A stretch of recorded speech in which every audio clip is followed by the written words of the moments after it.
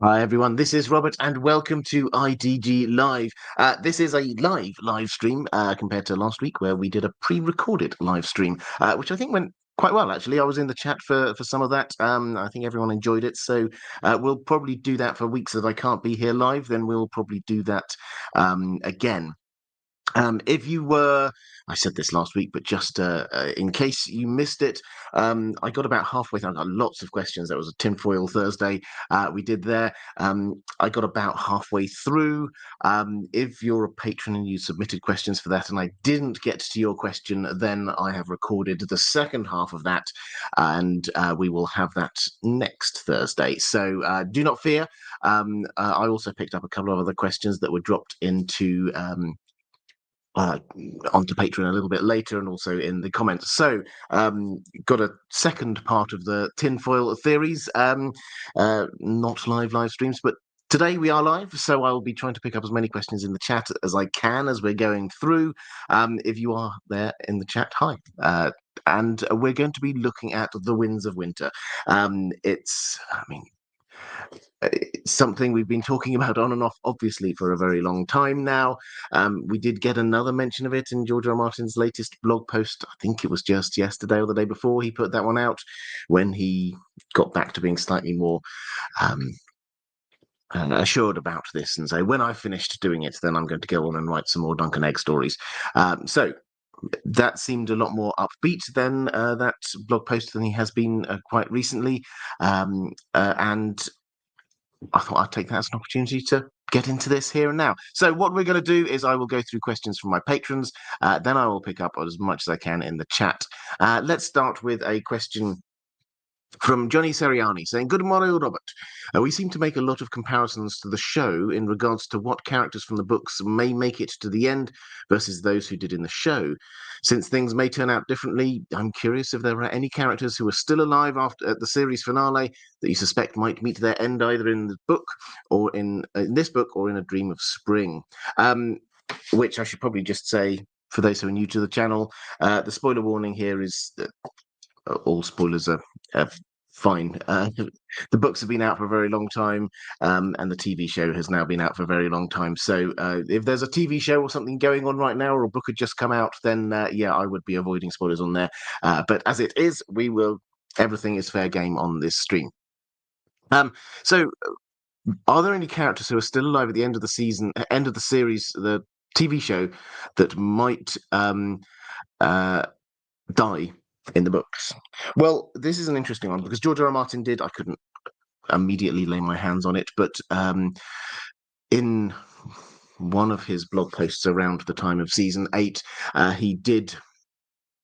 When he was talking about the difference between the show and his books, I suspect he would have been a little bit more strong in his views if he were doing that now. But he did say very specifically that there are some characters who survived on the TV show who will probably die in the books, and there are some characters who died on the TV show who will probably survive in the books. So we shouldn't assume. I don't think anyone is, but we shouldn't assume that exactly what happens to the characters in season 8 of the show is what's going to happen to them in the books. The slight caveat to that is that George R. R. Martin has been consistent in saying that he knows the end of this story. Yes, he's a Gardner writer, things shift about, but he knows the end of this story. He knows what's going to happen to his main characters. And when we're talking about his main characters, the big five that he mentioned all the way back in that original letter that he sent out, the original plan for A Song of Ice and Fire, which he sent out before the first book was published. The 5 main characters he mentioned there, 3 on sort of Team Stark. We have Jon, we have Bran, we have Arya, then we also have Daenerys and Tyrion. And he said all of those will survive all the way through to the end. Not necessarily they will survive through past the end of the books, but they will survive through the whole story. So I think we can probably reasonably say that those 5 will all, if not survive, as I say, that I have to be quite careful with our words here. I think it's entirely possible that one or more of them could die in the last few chapters of the story, but they will see the story through. But it's the smaller characters that I think that we're looking at the potential for characters who survived in the show but didn't survive in the books. If I had to pick some that looks more likely at the moment, and I would say, I think George R. Martin himself doesn't know for a lot of this. Some of these characters, he said, there was a blog post again about a year or two ago when he said, "Oh, I've just suddenly had a great idea for how to end one of a character's arcs." It's like, oh, okay, which character is that? Well, he obviously didn't say. But even now, he's suddenly getting ideas for how different characters' arcs are going to end. But if I had to pick some characters who did survive on the show who may not in the book, I think Sweet Robin, Robin Arryn is. He's high up on that list. The way that Littlefinger talks about him to Sansa, who in the books he thinks Sansa, at this point in time, he thinks Sansa is very much on his side. And the way that he talks about it is, oh, poor Sweet Robin, he's so sick, he won't live long, surely. And you just think, yeah, Littlefinger sees this person as a threat to his plans. His plans, let's not forget, is that he wants to install to marry Sansa to Harry the heir, Harry Harding, who is the heir after Sweet Robin, and then she would then becomes the Lady of the Vale, and then unveil her as, haha, this is actually Sansa Stark, and then everybody in the Vale comes, right now we have to go get Sansa her other inheritance back as well in the north. So I think there's a fair to reasonable chance that Sweet Robin could die in the book. And then also there's another couple of characters that you could look at. I'm not saying I think they will die, but I think there's a larger chance than, excuse me, apologies, I do have some sort of a cold or something at the moment, so my throat is a little bit more croaky than usual, and if I do sneeze, then sorry about that. But characters that had a much bigger role in the show than they do in the books. Characters like Pod, for example, or Bronn. I've got a question about Bronn later, so we'll talk about him a bit more then. But those are the kinds of characters who the show wanted to keep them in, at least partly for comedy purposes. It got that there was quite a lot more comedy in the earlier seasons, and I think they tried to keep a few of the funnier characters in a bit later to keep that balance going on. So those are the types of characters on the show that I wouldn't be 100% convinced will survive in the books. Gideon saying, off topic, but will history remember Joffrey as a good king? The small folk knew him as a defender from the Starks and Stannis, and son of the beloved King Robert. I mean, a short-lived king, I think they would probably remember him as. Because I don't know exactly how long, but he was, yes, we'll remember him being on the show for being seasons, but really he's only king for a year, maybe something along those lines. And so that's how they will remember him. It probably will come up with some strange moniker for him as well. Cuban Missile Dino Crisis saying, I'm hoping Walder Frey gets tossed down a well. I think Walder Frey will get his comeuppance. If I had to guess, the theory that I'm coming round to the most is in the Riverlands, we're going to get some sort of Red Wedding 2.0. There's theories out there from other people on this one as well, but I think it all just kind of adds up. There is going to be a wedding, which will probably take place in Riverrun. The Brotherhood Without Banners have got a person in there, Thomas Seven Strings, and there's probably a fair chance that it would get gate crashed. And I think if Walder Frey is there, then he will get his comeuppance then.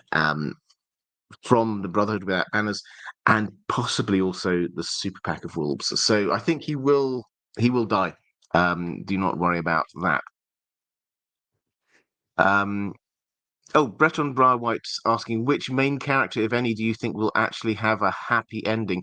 So I don't think, good question. I don't think necessarily a happy ending, because of everything that's been going on. Is that people's friends and families and homes have been destroyed. With the best will in the world, nobody's going to have a happy ending. However, I think that we can look at a few characters like Brienne, like Sam. And particularly if you're taking, George R. Martin loves The Lord of the Rings, and Sam is obviously modelled to a degree on Sam Gamgee, as being this sort of really genuinely good character.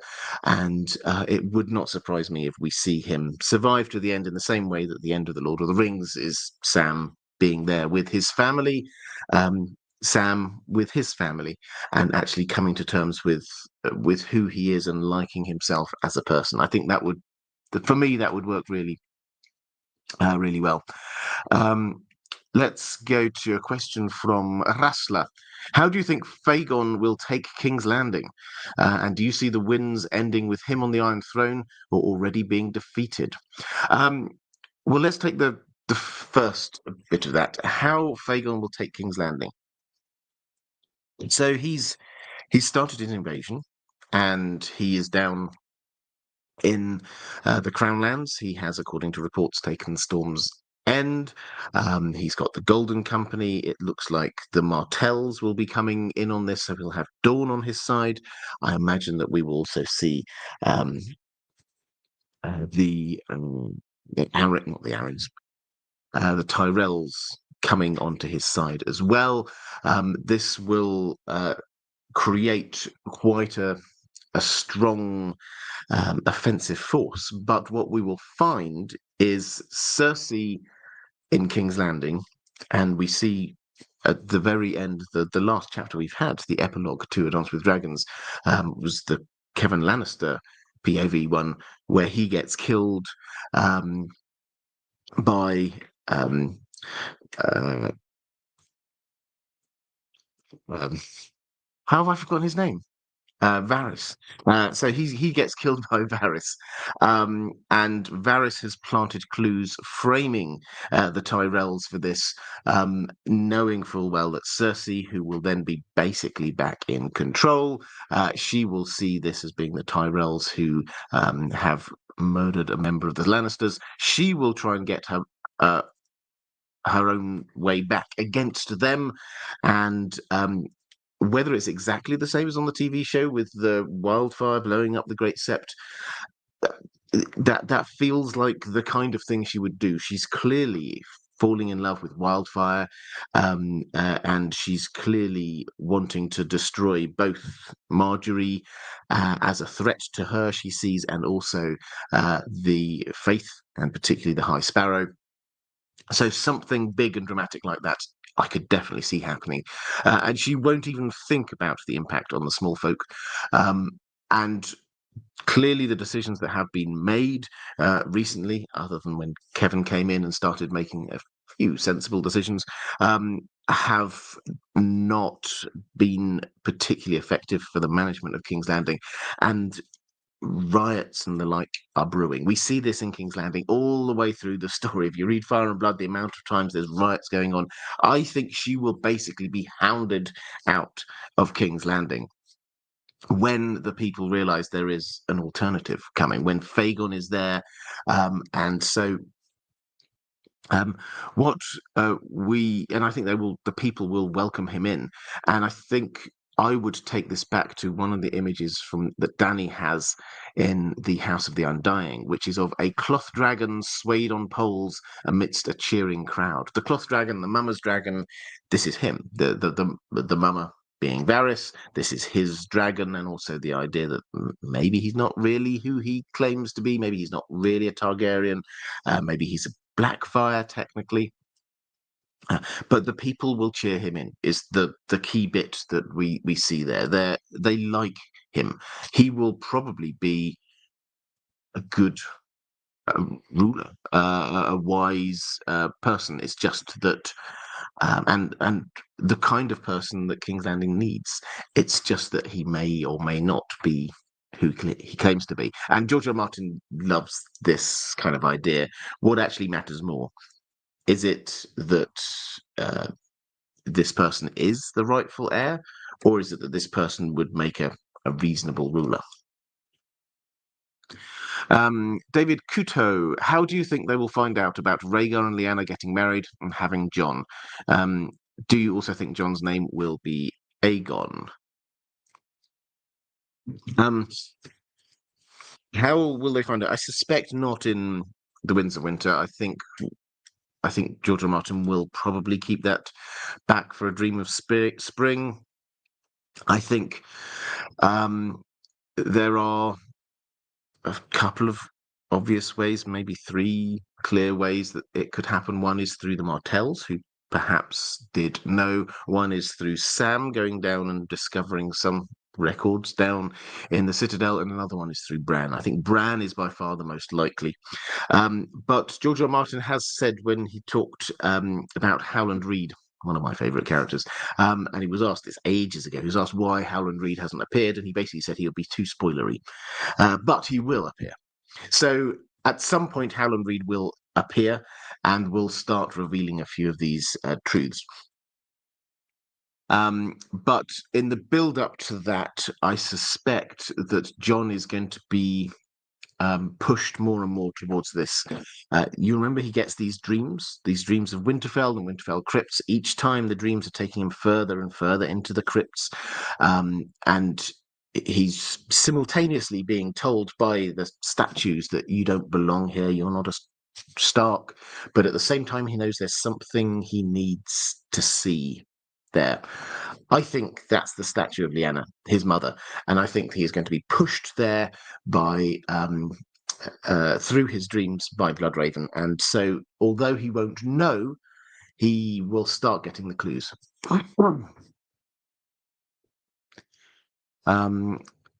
Recreational drama. Thank you very much for super chat. I didn't see a question attached to that one. Oh, I just realised I didn't answer the second half of that. Do I think Jon's name will be Aegon? I did do a video on this a while ago.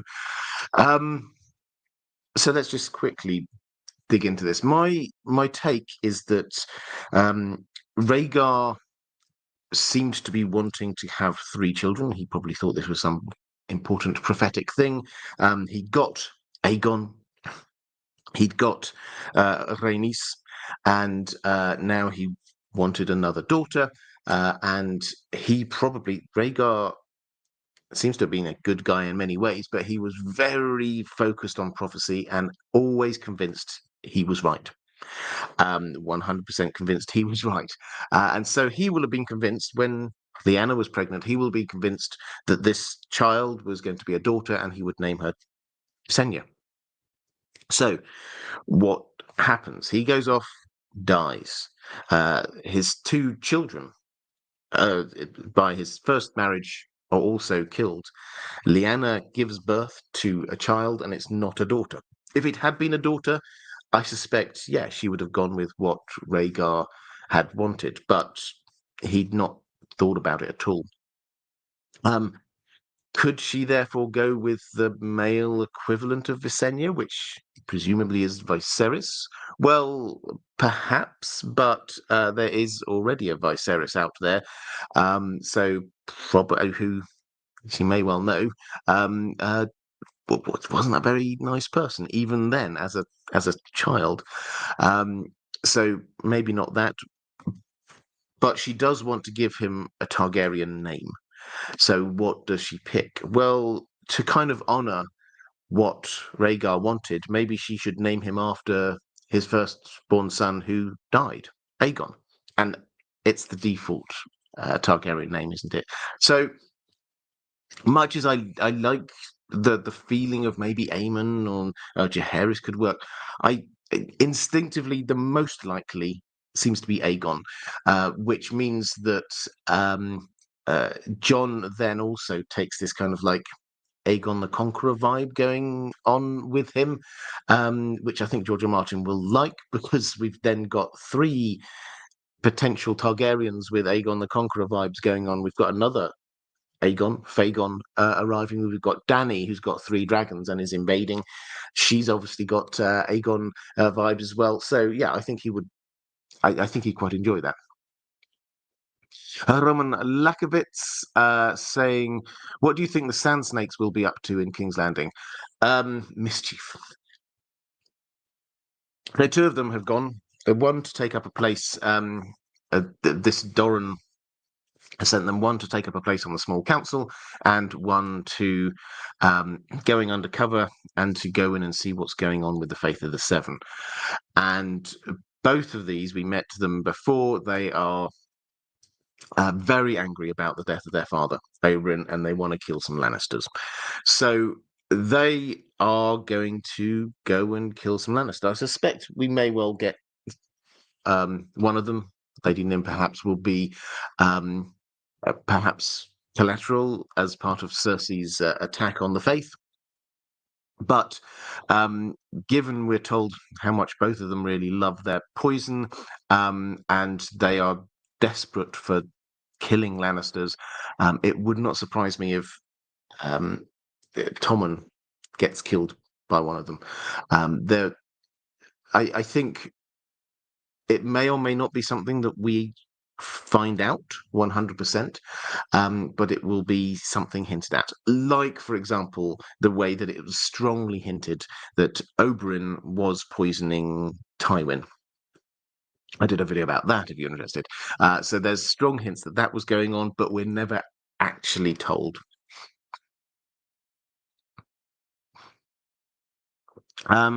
Fletcher Reed, do you subscribe to the theory that the Meereenese Knot is to blame for the book's delay? Appreciate your insight. Okay, so the Meereenese Knot, for those who do not know, this is something George R. R. Martin was talking about in relation to A Dance with Dragons.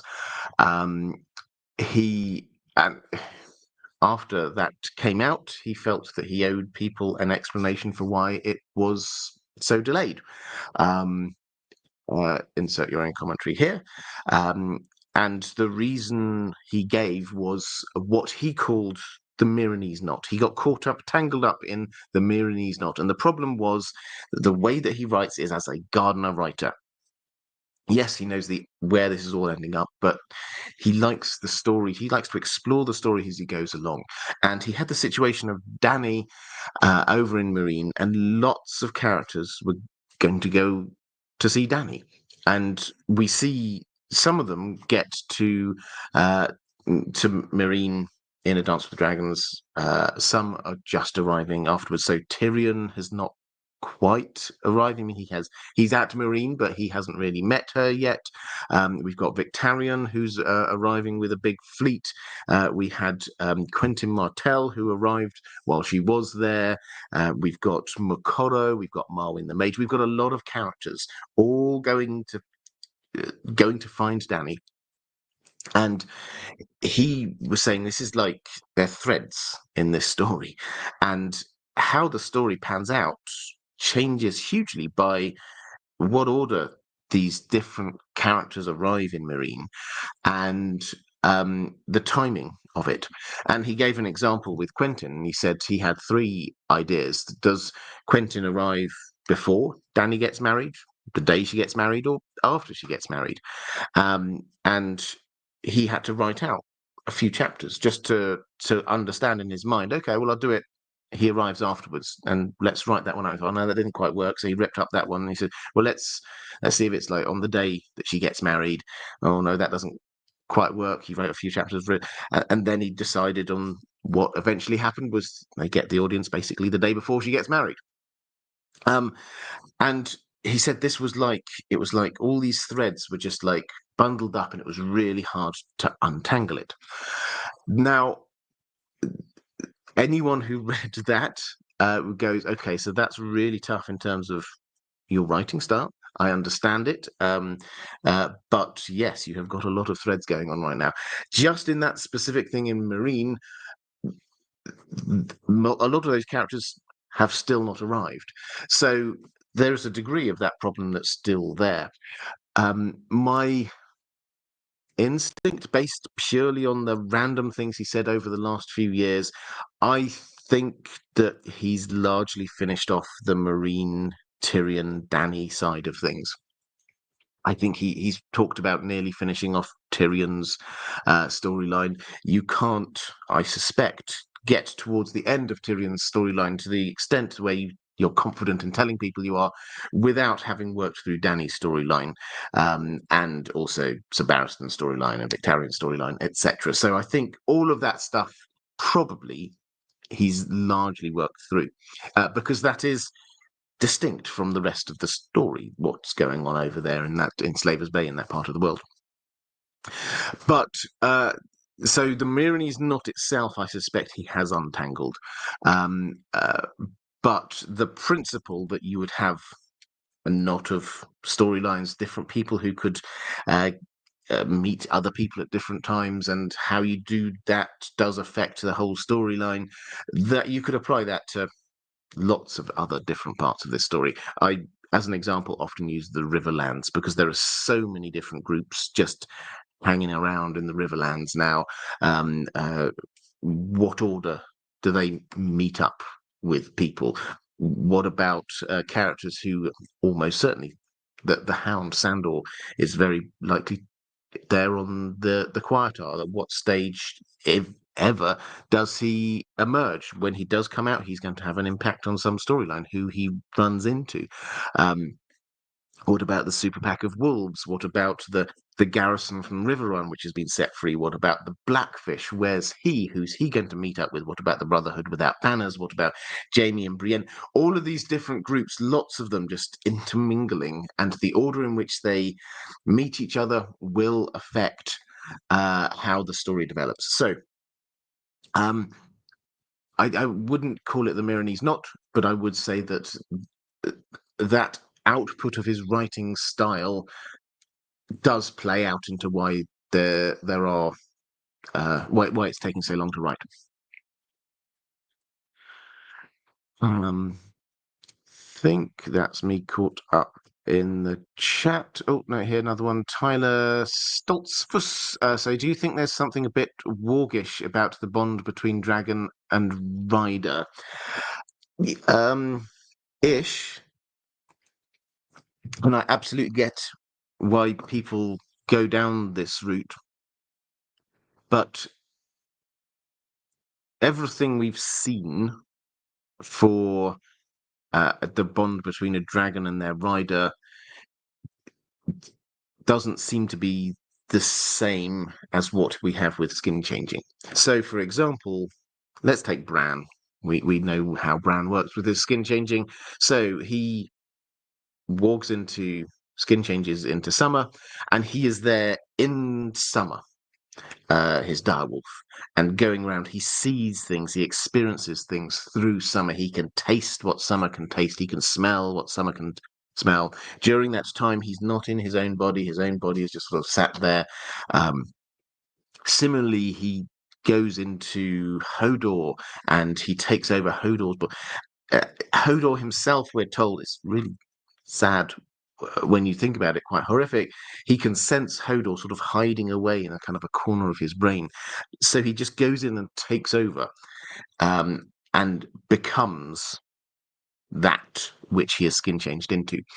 That does not seem to be what happens with, say, a Targaryen and their dragon. There's no point at which when they're bonded with their dragon, so the Targaryen is just sort of sat there and just like zones out. And now I'm in my head of my dragon. So it seems to be a different mechanism that's going on. I can completely understand why people think it's there, but the magic as presented does seem to work slightly different, which doesn't mean that it's not based on the same kind of original magic idea itself, but the way that it operates does seem to work differently.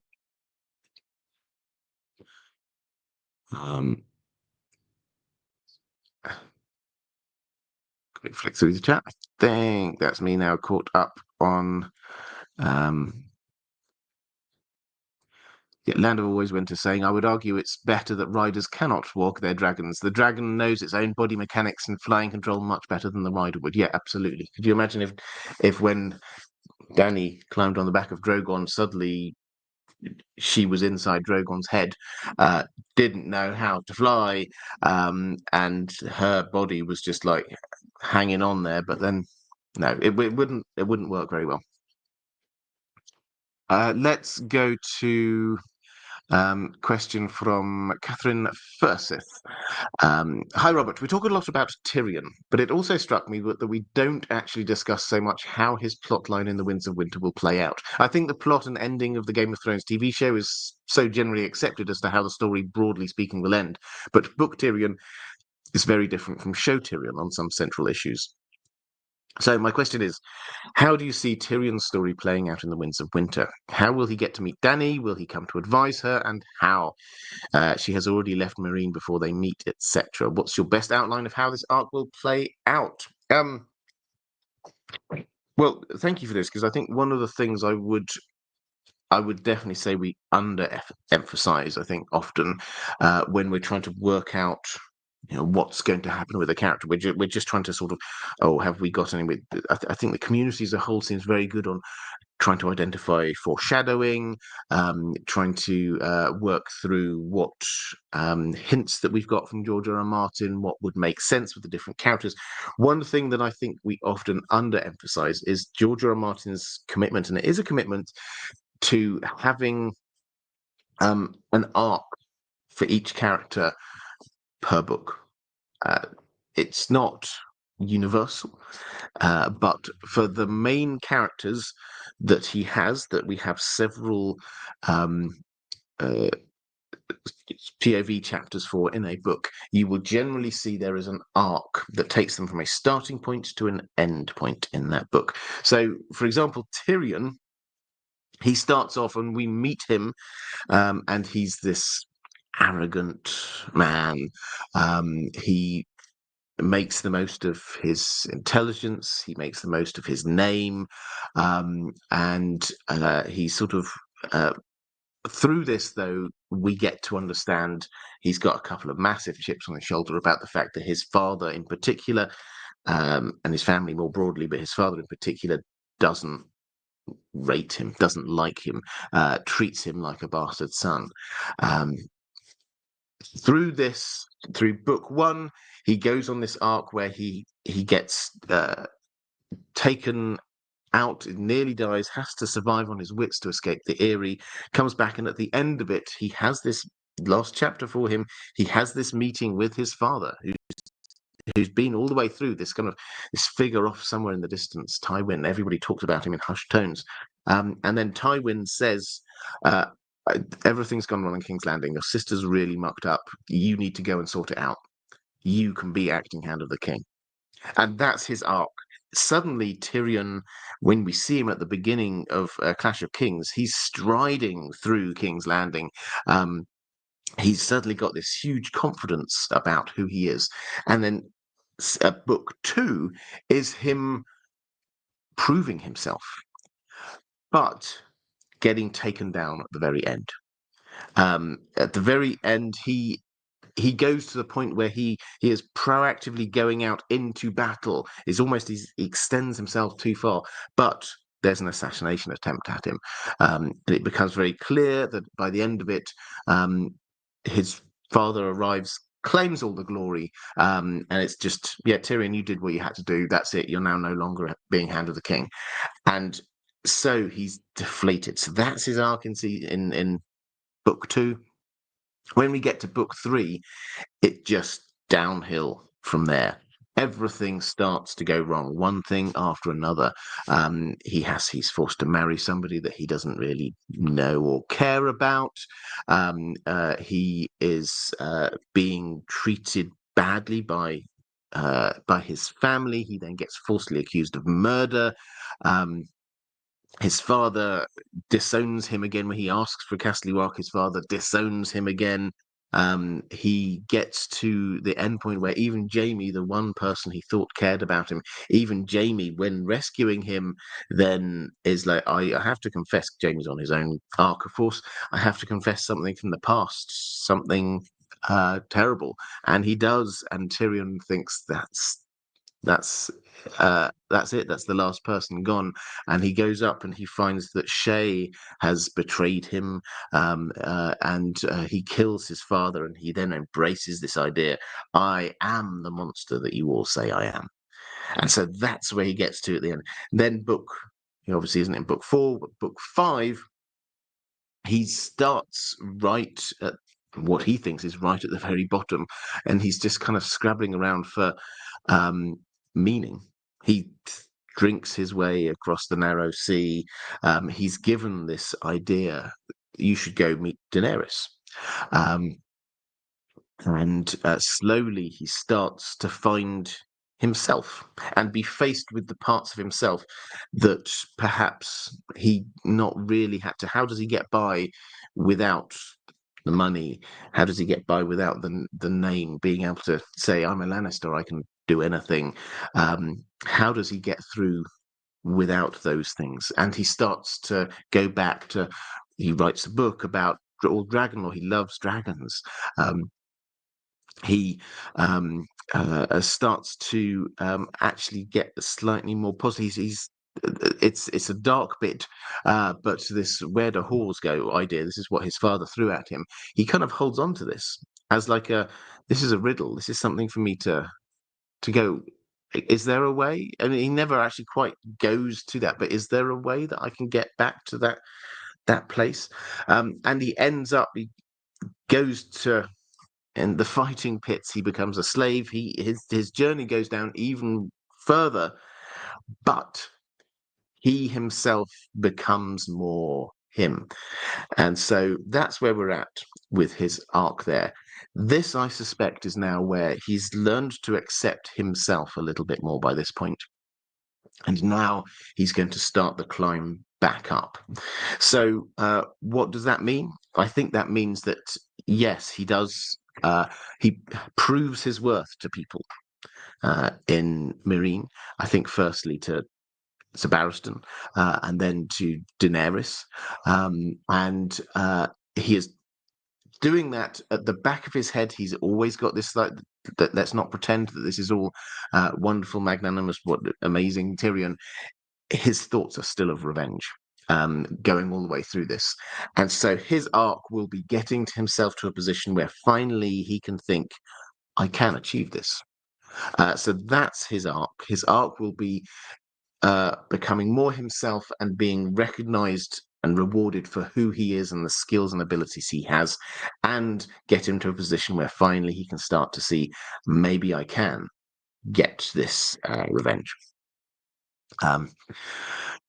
So that was quite a long-winded, but I think that's it's a fun way to look at the characters. Is not so much just what happens to them in the story, but what is their arc? Where do they end up, and where therefore are they going to? And you can see this. Incidentally, we'll talk about Daenerys just to give another example of how this works. Daenerys in A Dance with Dragons is one of the most misunderstood character arcs, but when we're first introduced to her in her first POV chapter in Dance with Dragons, and she's there in Meereen, and we get her, she has a dream of the house with the red door. She covers herself in the white lion fur that Khal Drogo gave her. This is her home comforts. This is her about her place of happiness.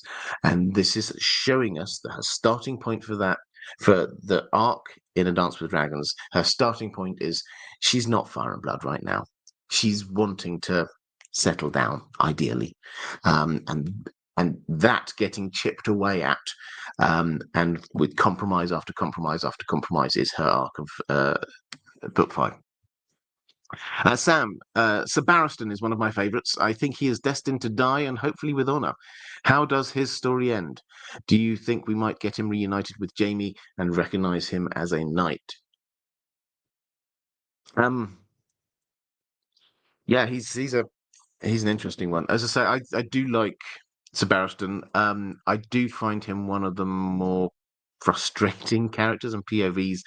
Um, in that George R. R. Martin is always very aware of the fact that some of his characters know a lot about crucial plot points in the past that we, the readers, can't know about yet, and probably how the characters can't know about yet. Barristan is one of those, and several times, particularly Daenerys is asking him about various things. What was my brother Rhaegar like? And tell me about the what was going on under the Mad King. This kind of thing.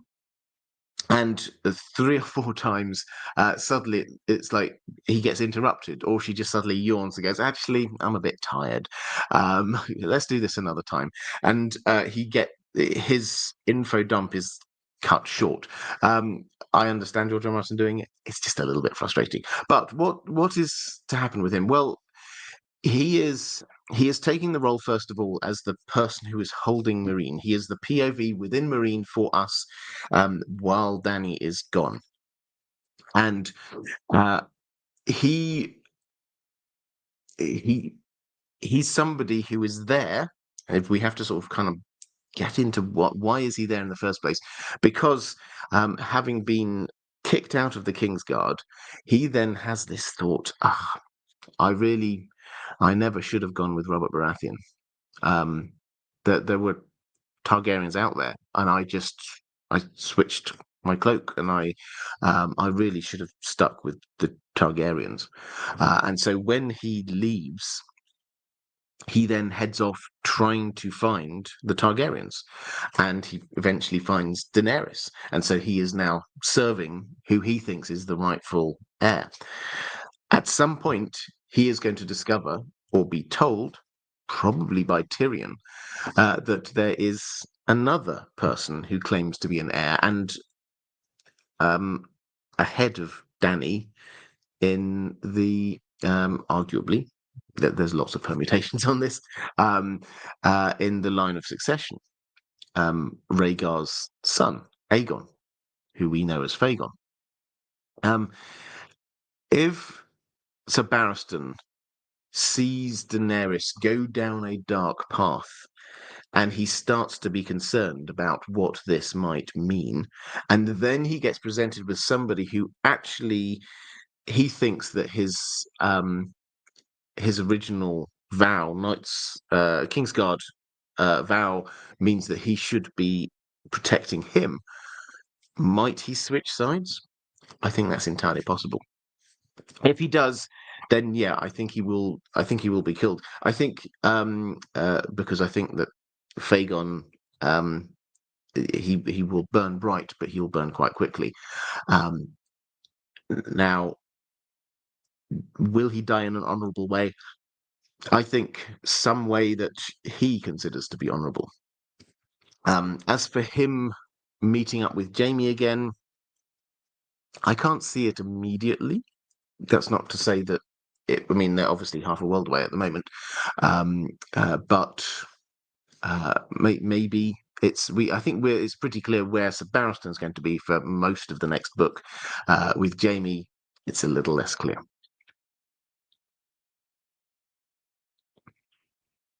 Okay, let's go to a question from one of my patrons.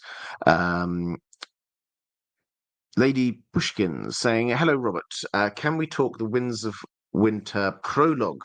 Who do you predict and who would you like?" Right, so this one is, and again, I did a video on this one actually. We have a clue from George R. R. Martin.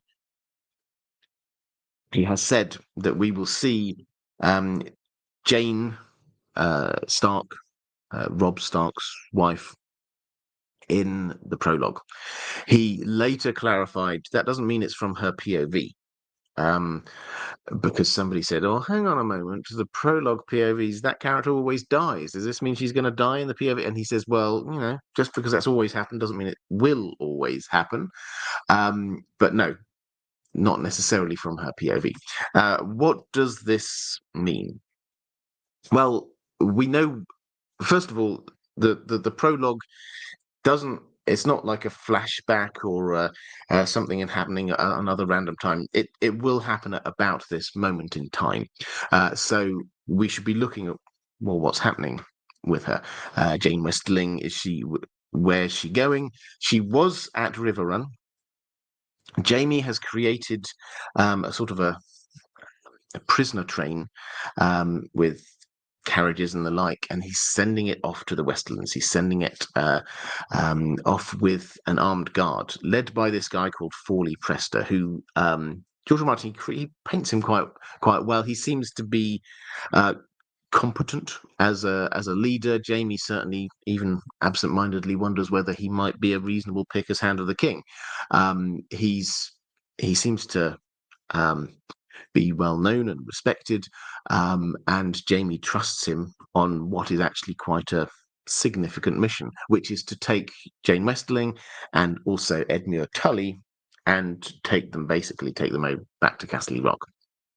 And this is really important because, yes, Robb Stark is dead, but if she had a child at any point in the next year or so, then people might start saying, well, that child was Robb Stark's heir, and therefore we should rally around this person.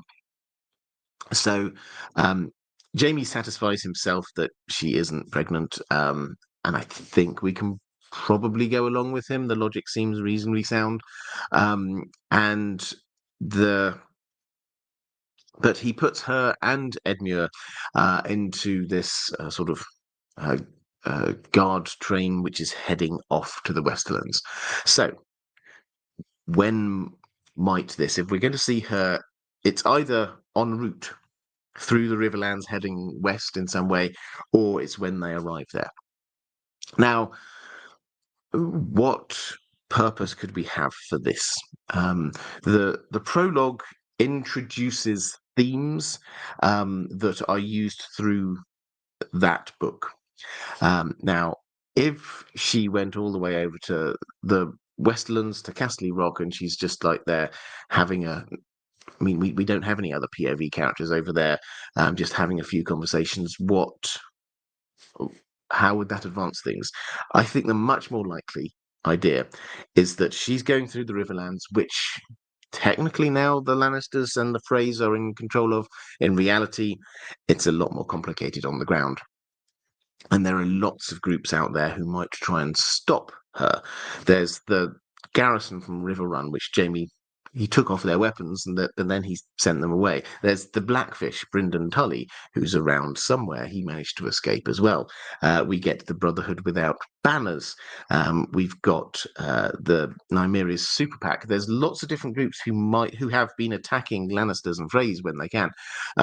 There's lots of groups who probably would spot that this was going. This wagon train was heading off west, and also want to try and stop it, to try and rescue them.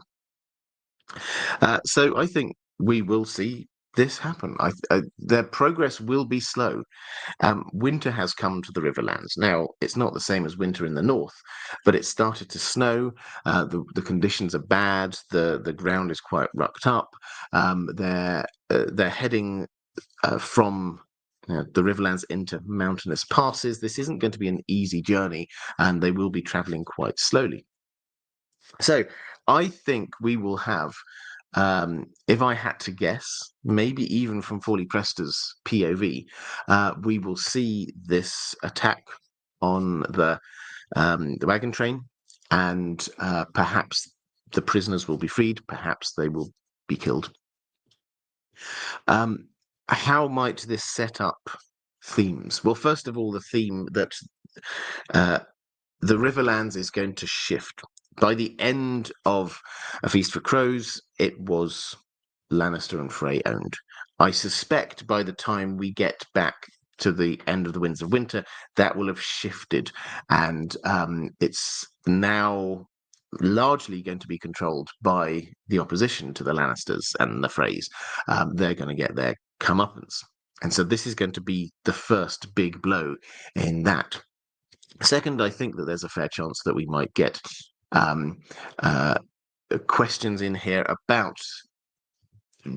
who is the successor to Robb.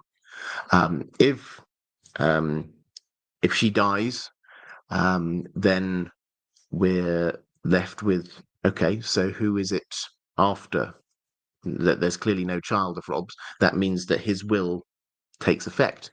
And who did he say in his will should succeed him if he doesn't have any children? That's Jon. So that sets up that whole um, plot line that somebody is speeding up to Jon at the moment to try and let him know. They'll probably arrive when he's dead, but let him know that he's the heir to Winterfell. Also, what happens if we get the super pack of wolves getting involved? This will very probably start to play into this idea that Arya might see more things, which will pull her back. She's staying more Stark, and it's going to be pulling her back to Westeros. There are lots of different ways thematically this could be setting up the action for the book as a whole. But yes, so we've been told one big hint, and I think we can work out quite a few things from that. Cloaked One, picking up a question. Hi there, Cloaked One, by the way. Picking up a question for Bourbon. I love it when people do this. Thank you so much. Do you think Lady Stoneheart will kill Jaime? If not, where do you think this will go? Okay, so no. It's the short answer. I don't think she will. I think she will want to. But as with Brienne, and she basically gave Brienne a chance, and sort of said, "Okay, if you sort of pledge your sword and go off and do exactly what I tell you to do, then you can survive." And Jaime, so Brienne has gone to get Jaime and bring him back to see Lady Stoneheart. And Brienne won't be happy about this because she's been forced to lie, and that goes against all of her moral code. But yes, Lady Stoneheart's initial thought will be that you broke your promise, that you're a Lannister, you're behind the Red Wedding. I suspect that Jaime will be able to convince her that he isn't. If he then goes and works with her to deliver what she actually wants, which is revenge for the Red Wedding as a whole and all the other wrong things that happened to her family. So we get this marriage that we've been talking about, which will be happening in Riverrun. And if Jaime turns up, of course, they will let him in. And this could well be the way that if he opens the gate, he can then bring about Red Wedding 2.0 and all of the bloody revenge. And she might well then believe him if he shows, actually, I'm willing to lead to the deaths of Lannister soldiers, the Freys, perhaps in their dozens. So I don't think so. She seems to be, yes, she is very cold and clearly wanting to be killing lots of people. I think that she will realize the value of Jaime, and if she can use him, then she will. Land of Always Winter.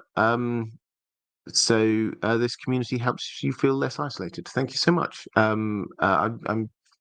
I love it when people share things like that. I'm very happy that this community can be that, and I just want to say thank you to the moderators. That's down to you creating such an open and affirming environment there in the chat every week. So if you are there in the chat, could you just give a little bit of love to the moderators because they are absolutely wonderful. Right, let's have a look. I think I had another couple of questions in the chat. Maura Lee, thank you, very generous, Maura. Thank you so much. Saying just a show of love and support. Been enjoying all the fabulous tales and the well-told tale. You have a wonderful speaking voice. Thank you. Not today, I don't. I've got quite a croaky voice, but thank you very much indeed. It's made it a bit harder to do the recordings. I'm hoping that maybe it will be gone by tomorrow morning. But thank you. It's incredibly generous of you, Maura. Uh, uh, Lago Casabiel Gonzalez. Hello, Robert. I mispronounced your name. I apologize. Hi, Robert. Glad to catch the stream live. Welcome. What's your take on the Old Town and Starfall situation for the Winds of Winter? There's a lot of interesting people in Southwest Westeros. Sam, Euron, Leighton, the Danes, and the Sand Snakes. Okay, so the situation is with Old Town that the Euron has been sending scouts basically to try and test the defenses of Old Town. And the High Towers know this. So Leighton Hightower has sent out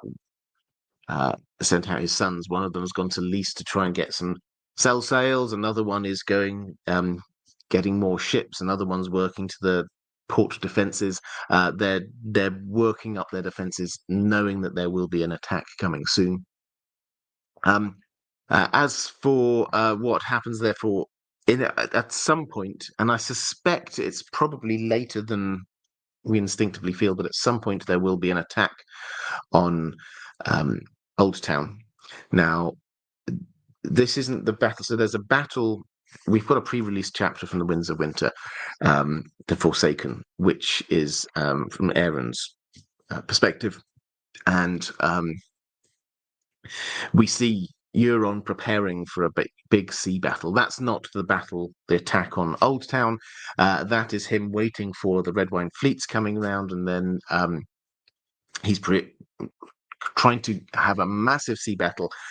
Some kind of weird magic stuff. I've speculated on this because we do have to go into speculations because Euron is out there. He really is. But he's strapped magicians and clerics to the bow of all of his ships. And also the woman who is pregnant with his son, and he's the king of the Iron Islanders, so this is King's blood, and he's basically sacrificing all of these important people, and the sea will be filled with their blood. I imagine we're going to see krakens arising. This is going to be absolute carnage. Now, after that, he will have to regroup for a short time, but then we will get an attack on Old Town.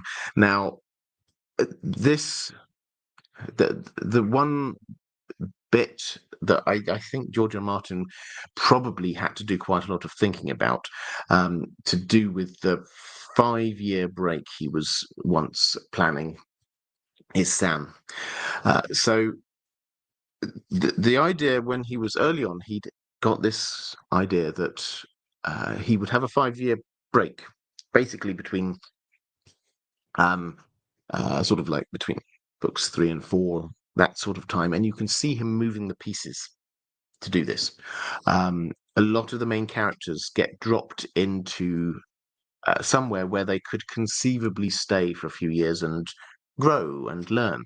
Dany in Meereen, Sam going down to Old Town, Bran up in Bloodraven's Cave, Arya in Bravos, etc., etc. The main characters all kind of moving at about the same time to places where they could stay. The idea being that the main characters, a lot of the main characters, are actually quite young, very young, and George R. Martin wanted them to age up a bit. He also wanted the dragons to get bigger, because let's not forget the dragons, Dany's dragons, yes, they're growing very quickly, and I'm sure he will come up with some magical reason why they are growing quicker than other dragons have done before. But they're only a couple of years old, so we would normally we wouldn't expect them to be sort of the size for riding for a little while yet. But he decided eventually he wasn't going to do this, and the main reason was that there were some characters, and he specifically name-checked Cersei, who he genuinely couldn't imagine just sitting around and kicking their heels for 5 years and not doing anything. She would do things. And then once you realize that things were going to happen during that 5-year period. You're faced with all of the characters would have to have their first chapters would be like, oh, let's have a think back to what's been happening these last 5 years. And he started writing and it didn't really work for him. So he abandoned that. Most of these plot lines, it seems reasonably fine. You can work your way around them. So Jon doesn't have 5 years as Lord Commander, growing his leadership skills. He's just lurching from crisis to crisis. That's fine. It's just it works slightly differently. Sansa doesn't have 5 years in the Eyrie. She has one book.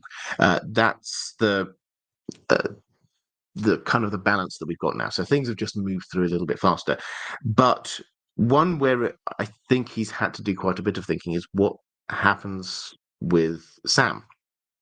Because Sam's arrived down in Old Town, and the original plan was he was going to spend 5 years there, and he would get his chain, and he would do a whole load of research, and he'd learn a whole load of things, and then he'd head back up to the Wall, which sounds great. And so the Wall then has a maester who understands all of this stuff again. But if he's only got a matter of a few months, which is what looks likely, he's certainly, as clever as he is, the fastest people apparently get 3 links in a year in learning. So he's not going to be able to forge a maester's chain in that time. He will be able to learn some things. I'm absolutely certain he will be able to meet some people. He may be able to do a little bit of personal research into what does the Citadel know about the others, things like that. But he couldn't spend all of that time. So I think George R. R. Martin will have to make his story a lot more focused than he was going to originally.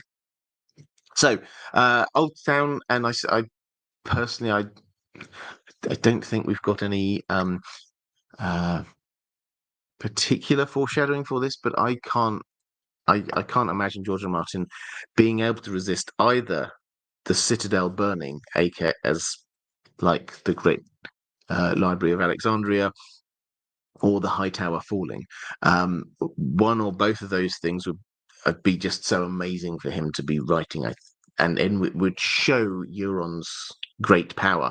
And I think we should be showing his great power. But I don't think we should assume that it will necessarily fall. Where Euron's you fall completely, I think there will be a huge amount of damage, may not fall completely. Where Euron's story may well go, he's obviously decided he wants to get Daenerys and dragons. He's not going to marry Daenerys, and although he may get a dragon, I don't rule that out. I don't think he's going to get all 3 dragons, and so he then will probably think, well, he does need a queen, at which point Cersei will be suddenly heading west to Casterly Rock, and you could well imagine that he might team up with her, because suddenly we get her with Zombie Mountain and him with all of his crazy stuff going on. This would make for quite the apocalyptic team down in the southwest. So that's kind of the headline. I don't think necessarily Old Town will fall. I think it's got a good chance it might do, but I don't think we should necessarily say it will fall. As for Starfall, instinctively, I don't think we're going to see it.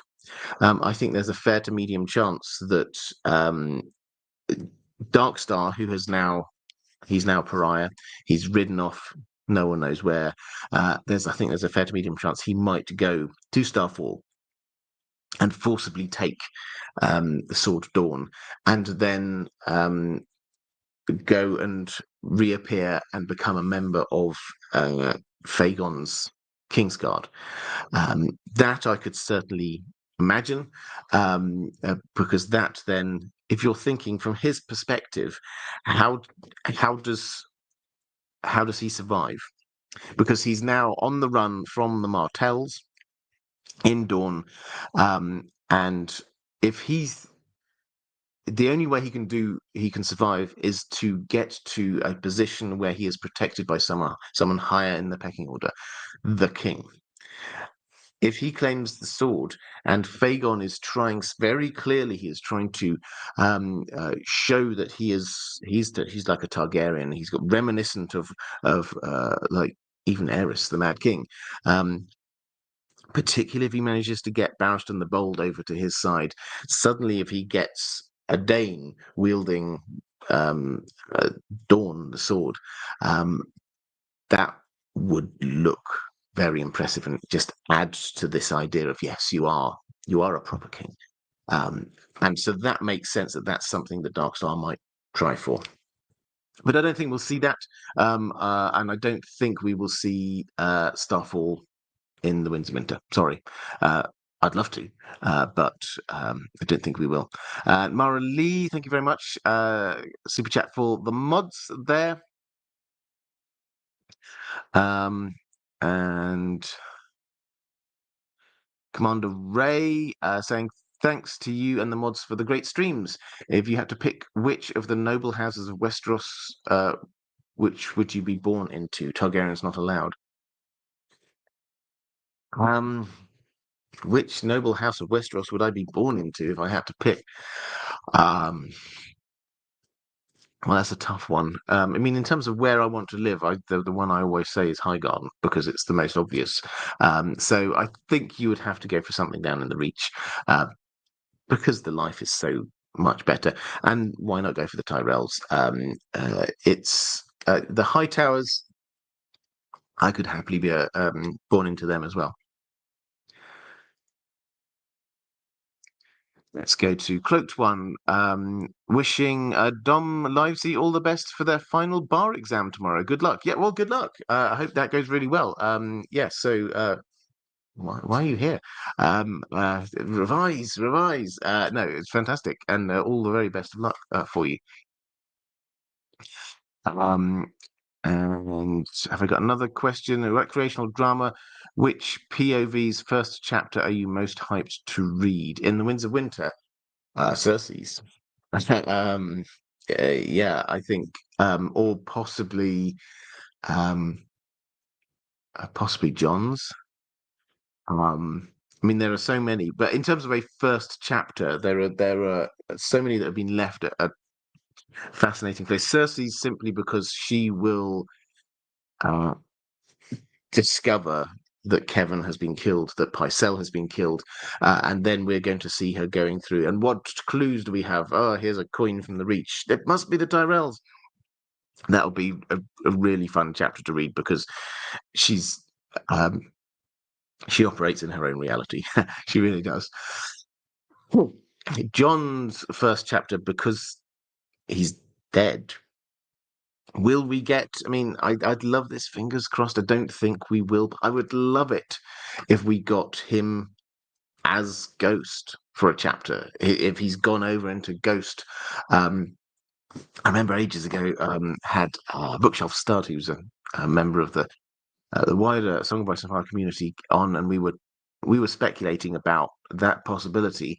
And what if the people who killed John went on the run? Something's going to happen there afterwards. What if they went on the run and ran to, say, the Night Fort, and Ghost hunts them down to get revenge? And we see that through John's POV, through Ghost's eyes. That would be horrific and brilliant. So yeah, there's a few that I'm really looking forward to.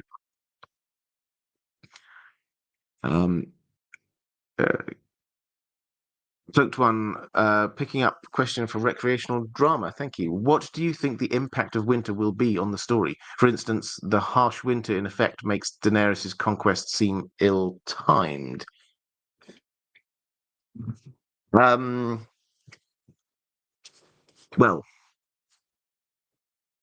in the north, it's going to have a huge effect. Because the fact that it's winter and the winter, I talked about this and did videos about this. The winter around Winterfell is off the charts, different and harsher and worse than anywhere else. That when Tyrion looks back from the battlements as he's about to jump, he can't even see Winterfell. because there's so much snow. It's all buried. That is going to affect every single aspect of how do you get the Boltons out if you can't even move. At the moment, Stannis cannot even march his army up to Winterfell to take it because the weather is so bad. Soon we're going to get, how do you get people between the wall and other places if it's that bad? So it's going to hugely impact the story. The Melisandre will feel she has to do some magic. She will see Stannis there in her fire. She will see him shivering away and all the people dying, and she will have to do something.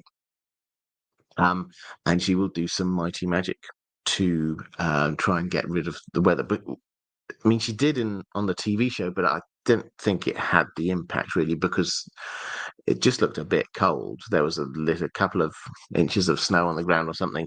This is people are dying in Stannis' army every day. They it's horrific. There's no way that he can take Winterfell at the moment. So in the north, the winter is going to affect absolutely everything. When you and just sorry, on the Melisandre point, she can do hugely powerful magic. At the wall, she talks about this. She's like one of the hinges of the world. I am more powerful here than I am in other places, and she's got king's blood. She thinks that she can spill. So she will think she can do really powerful magic to change the weather.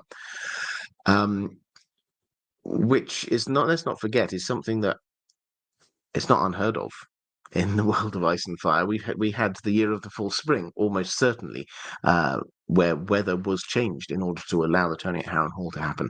But that's an entirely different rabbit hole to go down. So that's what's going to happen there. In terms of, I don't know how cold and wintry it will get the further south we get. I think the implication has to be that even in like the Riverlands and then moving further south, travel will get a lot harder. So it will, for example, when we get that prisoner train heading west out from the Riverlands towards um, the Westerlands, that will move very slowly, and that will allow an attack to happen. The Vale will be cut off. When it's winter, the road to the Vale from the main part of Westeros is impassable, and so you will have an issue. How do we get it? If we're all working on this assumption that Littlefinger will take Sansa and the Knights of the Vale will head out up north, how are they going to do that? They're going to have to get on boats and go via White Harbour, probably, which is a completely different dynamic. So then we might have the Mandalese welcoming the Arryns, which is not something that I think many of us would have thought about. As for whether the harsh winter will make Daenerys' conquest seem ill-timed, perhaps it will certainly affect the parts of her army that aren't used to cold weather, and there will be a large part of her army that's not used to cold weather.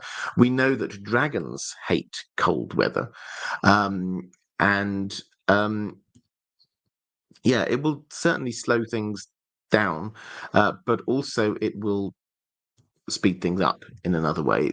The more prophetic-minded people will be seeing this as this is winter, and this is when the others are coming. We need to start getting move on. So someone like Melisandre, for example, will see the onset of winter and think we need to speed up our plans.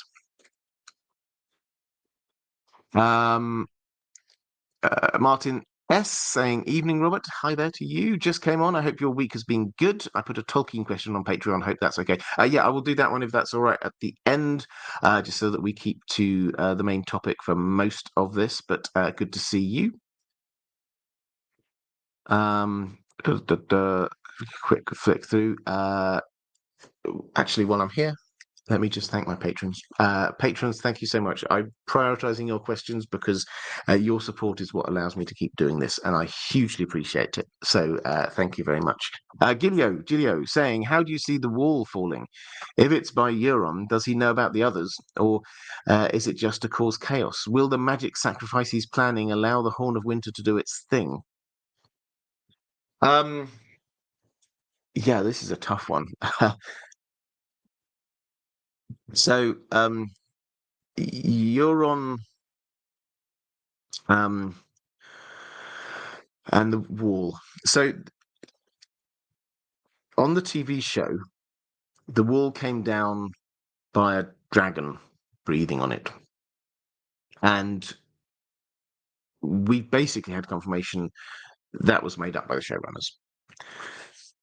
But we have to then ask, I think, if we're trying to be inquisitive about this, why? It's not just that they thought this would be a cooler way of doing it than whatever George R. R. Martin has planned, because I'm sure he would have told them this is quite a big thing, the wall falling. I'm sure he would have told them. If we're working on the assumption that the wall does fall in some way, then it must be through something that they haven't introduced or didn't introduce on the TV show, which could include, say, the Horn of Winter. Now, the Horn of Winter legendarily can bring down the wall. Is that true? We don't know. George R. R. Martin does caution us against believing all of the old legends literally. And you do have to wonder if this is something which is there to help the defenders of humanity against the others, why it would bring down the wall. It's not that it doesn't make sense, it's just that there's another bit of information we need to make it make sense, I think. The connection across to Euron, personally, I know a lot of people make this connection across to him. So Dragonbinder seems to be a completely different magical horn, not connected to the Horn of Winter. But yes, you could imagine that he could theoretically like the idea of there being chaos happening in the north. How they get through, I think we will see this in microcosm in Bloodraven's cave. Now, we're kind of picking at very small points here, but Bloodraven's cave appears to be protected by a kind of a magical barrier that seems to be the same kind of magic as the wall. When we get Bran and co approaching it, what appears to have happened is that the others had left whites there guarding the entrance. They can't get in, but they're guarding. So the others know that Bloodraven's there and that they cannot get in. But they can try and stop other people coming in, or they can try and attack people when they come out. So they left under the snow a whole load of whites. Now, the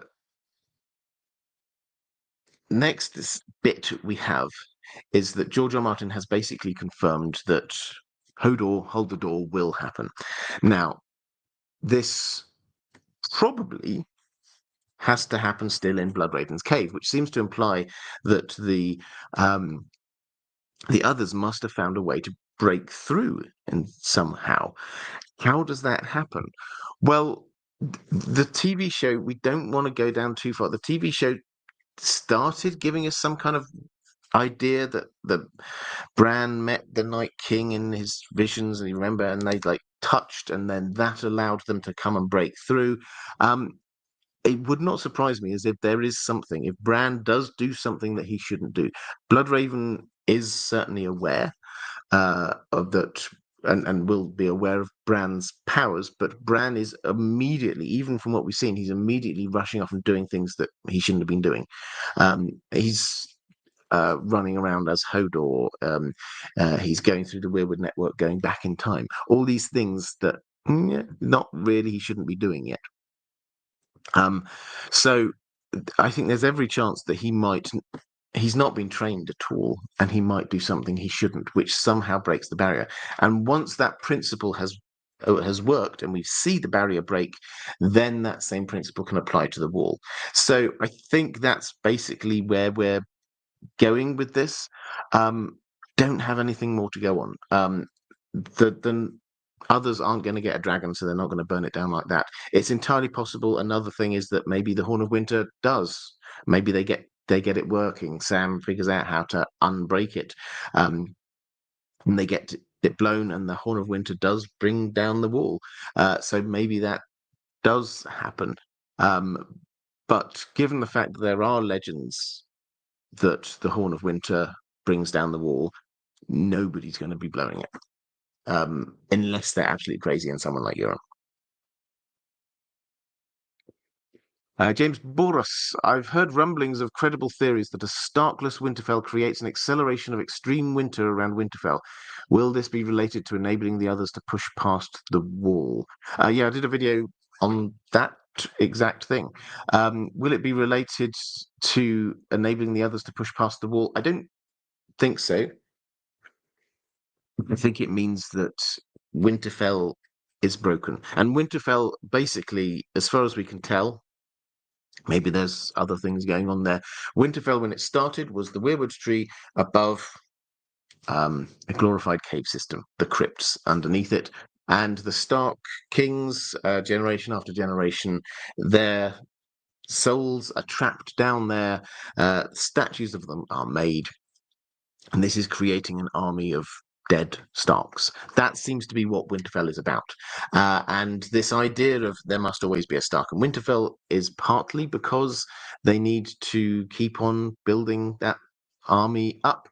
And also, it seems very noticeable that when the Starks do leave Winterfell, winter hits, and seems the nexus seems to be Winterfell itself. That doesn't seem to be connected to the wall in any way. We do get,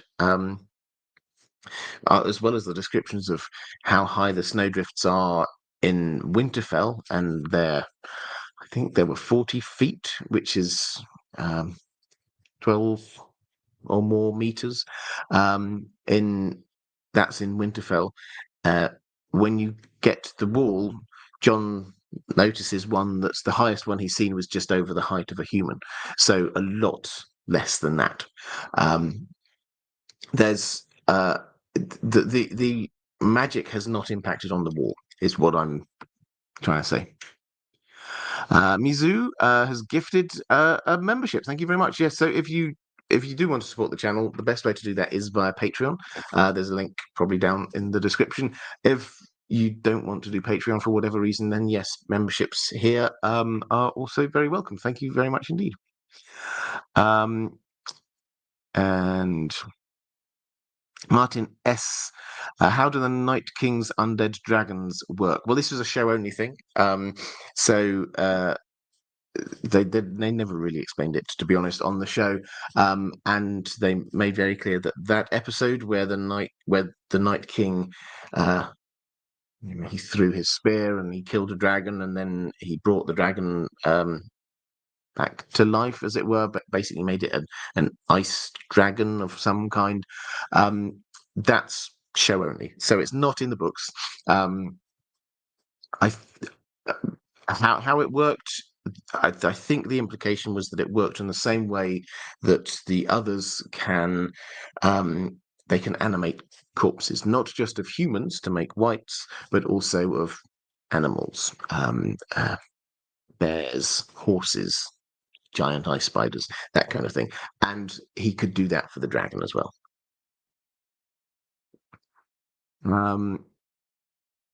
But I don't think that we will get an equivalent in the books. Kelly Summers, maybe the defenders need to bring down the wall's protection to let magical defenders through once the others circumvent it another way. Yeah, that's entirely possible. The argument that I can see for why this might have it might have once been useful to bring down the wall is, so this is known as the Horn of Joramun. Joramun was a king beyond the wall. This was around at the time of the Night's King, this legendary figure, who was Lord Commander of the Night's Watch, the 13th, in fact. And he was based in the Night Fort, and we're told that his reign of terror was brought to an end by Stark King and the King Beyond the Wall. Now, if you get the wildlings, the free folk, the King Beyond the Wall trying to attack the Night Fort, then surely they would need to climb over the wall or around the wall or something like that. If they had a magic item that could bring down that bit of the wall, that kind of makes sense. So that's the argument that I could see for. At that time, the Horn of Winter was useful, and now it still theoretically could have that function.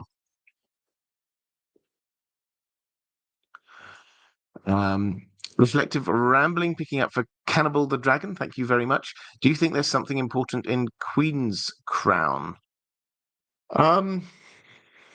Probably not. I did. So Queen's Crown is, for those who don't remember, it's the tower where its history was this. This is in the Gift, so south of the Wall, and Queen Alison, when she went up to visit the Wall, she stopped off there, and the place became known as Queen's Crown. And the tower had this, I think it was painted the top golden and things like that. A good bit of local history. It comes up again in the story because two of the narrative arcs intersect at this place. Jon comes back over the wall, crosses over, and it is outside in Queen's Crown where he breaks from the wildlings and heads off back to Castle Black to warn everyone that the wildlings were about to attack. At the same time, Bran and co were hiding in the tower. And so we get these stories kind of intersecting at that point. And is there something special there? I mean, I have to admit, I did once. I wanted to come up with a tinfoil theory that there was something about the old man. You may remember the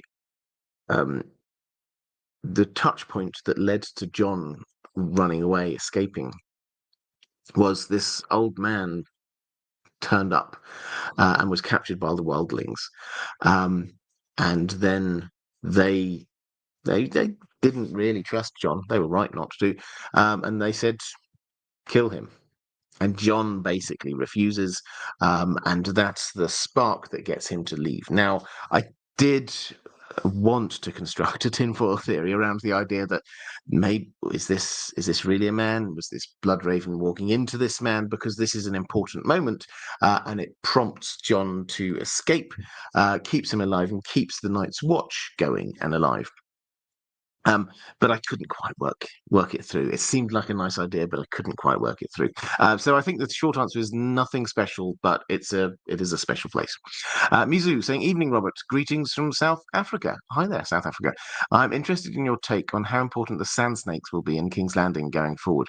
Yeah, very. Although they will be overtaken by events. I talked briefly about this slightly earlier in the stream, so I'll just sort of add a bit to that. There are two Sand Snakes currently going to King's Landing, one of them undercover, who's going to go and infiltrate and find out what's going with the Faith and see what's going on with the High Sparrow. One is going to join the small council. And they're both wanting to kill Lannisters. I suspect that they will play a part in creating the chaos that will lead to Cersei being hounded out. And the Martells will be siding with Fagon. I'm almost certain of it. So the So they will then perhaps be the people who sort of help throw open the gates for Fagon when he arrives.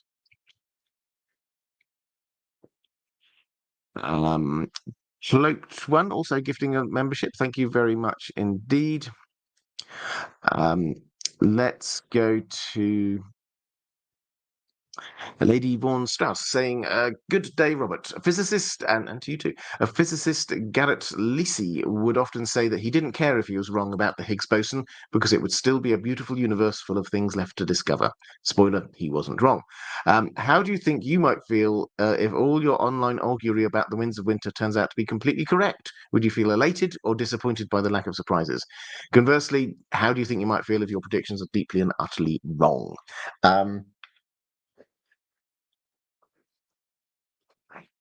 Well, I mean, where I come with this, and I sort of every now and then I sort of give the same um, explanation, which works for me, is that I don't think of myself as doing predictions. Other people may say I'm just just picking at definitions here. I just present what are my working hypotheses about what's going on. And that for me is an important distinction because what it means is that I'm not saying this will definitely happen. I don't think that I can say I think it's likely to happen, but I'm not saying this is definitely happening. I'm not doing predictions. I'm not saying this is my theory, which I'm going to die on this hill. Um, uh, I am presenting what I think is the on the basis of the information we have, the most likely thing. When we get more information, I will update my hypotheses. And what I mean by that is, so for example, there's a stage play, turning at Harrenhal stage play. It's going to be called The Iron Throne. Hopefully, it's coming out in London, maybe even the second half of this year. That will surely give us some extra bits of information about some things at the turning at Harrenhal, which will surely impact on our understanding of the build-up to Robert's Rebellion, and touch on a whole load of things to do with Howland Reed, Ned, Rhaegar and Lyanna, all of that kind of stuff. Now, I will, when I get that, and this is part of the reason, incidentally, I'm holding back my Robert's Rebellion playlists. Some people have said that they enjoy it and they want it back. I am bringing it back, but I'm holding off on that until we've had that stage play because I think that stage play will give us extra information. And I don't want to be putting out videos that are gonna be giving false information. So I'm doing working hypotheses. When the next book comes out, I'm going to be updating all of my working hypotheses, and then I will happily take what other people say and go, "Yep, that was right. Looks now like this is going to be happening, not what we was thinking might happen before." So the risk of sounding a little bit high-minded, I don't think of myself as having predictions. I think as just trying to present the best idea of what we've got. So I don't.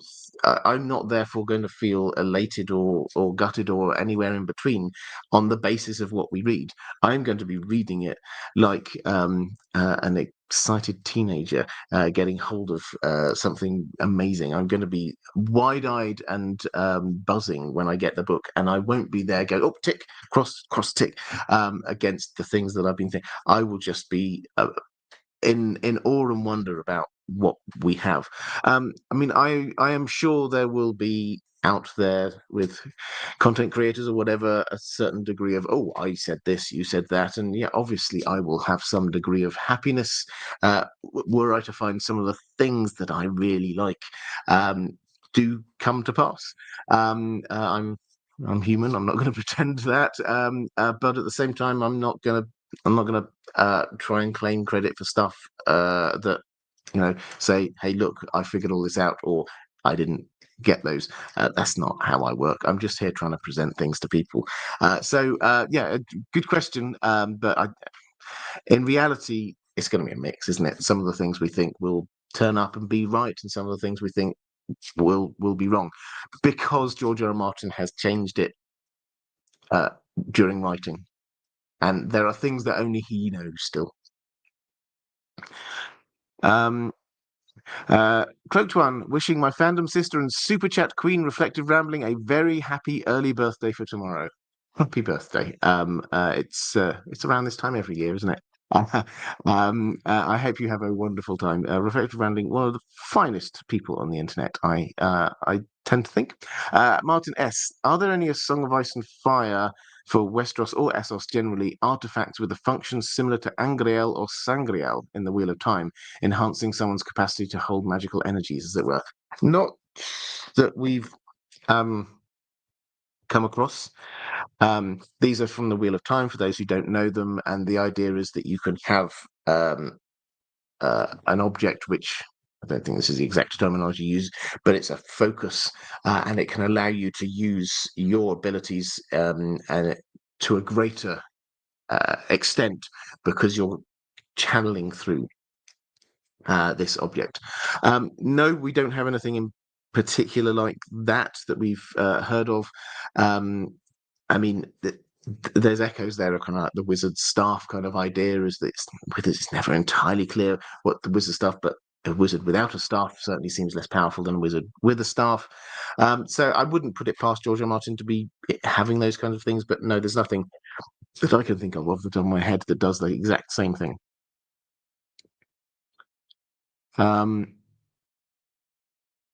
Samantha Drake saying, I hope Robert gets some awesome early tickets or behind the scenes packages for the stage play. I would love that. And if there's anyone out there who happens to be watching this with any way to make that happen, that'd be amazing. But I can tell you, I can guarantee nobody has to give me anything. I am going to be there, with a clicking of refresh button. I'm going to get tickets for the first night I possibly can. And I don't care how much I have to pay for it. So, yeah, do not worry. I will be there. I'm lucky that I can easily get to the West End in London, so yeah, I will probably go and see that more times than is socially acceptable. Right.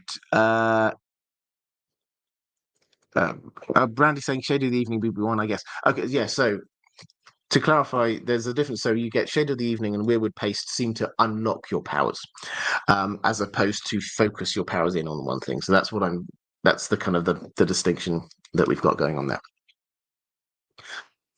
So, friend, buenas noches. Wishing you well whilst sunning myself in Gran Canaria. Well, I hope you enjoy it. What is your prediction for what will be your favourite chapter in the Winds of Winter? The key events, the POV, and importantly, why? Best wishes, warmest regards, and to you. I had to think about this question before we came on air. This is a tough one because we do not know what's going to be in the Winds of Winter. We can guess, and certainly for the first half or so of the story, we know some of the events that will be happening because we've got some pre-release chapters, and because it's very clear what's where the story is heading in certain areas. I hope and suspect it's the chapters that I'm not expecting. It's the stuff that I just don't. George R. R. Martin, when he goes off on a complete tangent somewhere I wasn't thinking about. So, for example, there are some storylines and characters that you can just imagine do things that you're not expecting to. Let's say Arya arrives back in the Winds of Winter. I don't know if she will, but let's say she arrives back in Westeros in the Winds of Winter. What if she suddenly decides to go and try and kill Cersei? It's possible. How cool would that be? I wouldn't be expecting it. I don't think that's what's going to happen, but that would be kind of cool.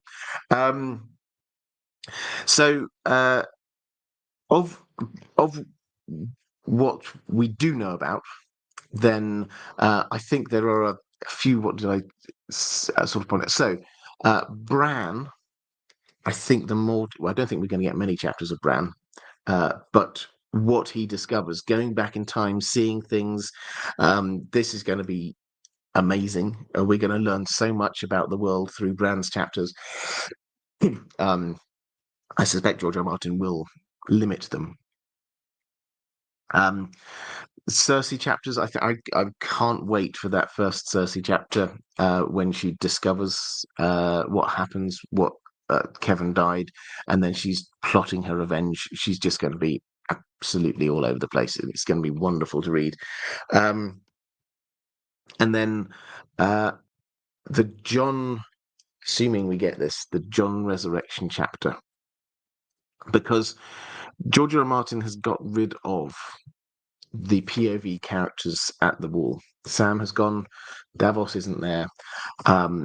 We've only got two possibles, both of which would be amazing. However you think Jon might come back, we either get it from Jon's perspective himself, which would be completely mind-blowing, or, more likely, I suspect, we get it from Melisandre's, because he introduced her as a POV character. This is what he does if he suddenly realizes, oh, I've got a story to tell here, but I've got no POV characters. He introduces a POV character there so that we can see stuff through their perspective. And so I think we will see this through Melisandre's eyes. And I think the way that I think that's going to pan out is that she's going to be there thinking that she's saving Azor Ahai in some way, Stannis, and then Jon comes back to life. And it's like, what's going on in her head? Is she suddenly going to go, it's this guy? That it will blow my mind. And then the other one, the other thing which I'm really looking forward to is the logical place for the overall arc of the book to end is with one or both of Dany and her invading fleet arriving, maybe stopping off at Dragonstone or wherever, and the others getting to the wall and perhaps bringing it down in some way. Either of those, we've been waiting for those moments for so long. It would work so well as an epilogue. Could you imagine, and I don't know, I'm not saying this is going to happen, but could you imagine an epilogue where we're in the POV of some random Night's Watch person stood atop the wall, and then he sees the army of the dead approaching, and then, I don't know what, a horn gets blown, the wall starts to crumble, and then the last thing is that he somehow manages to escape, but then the last thing he sees is the others coming towards him.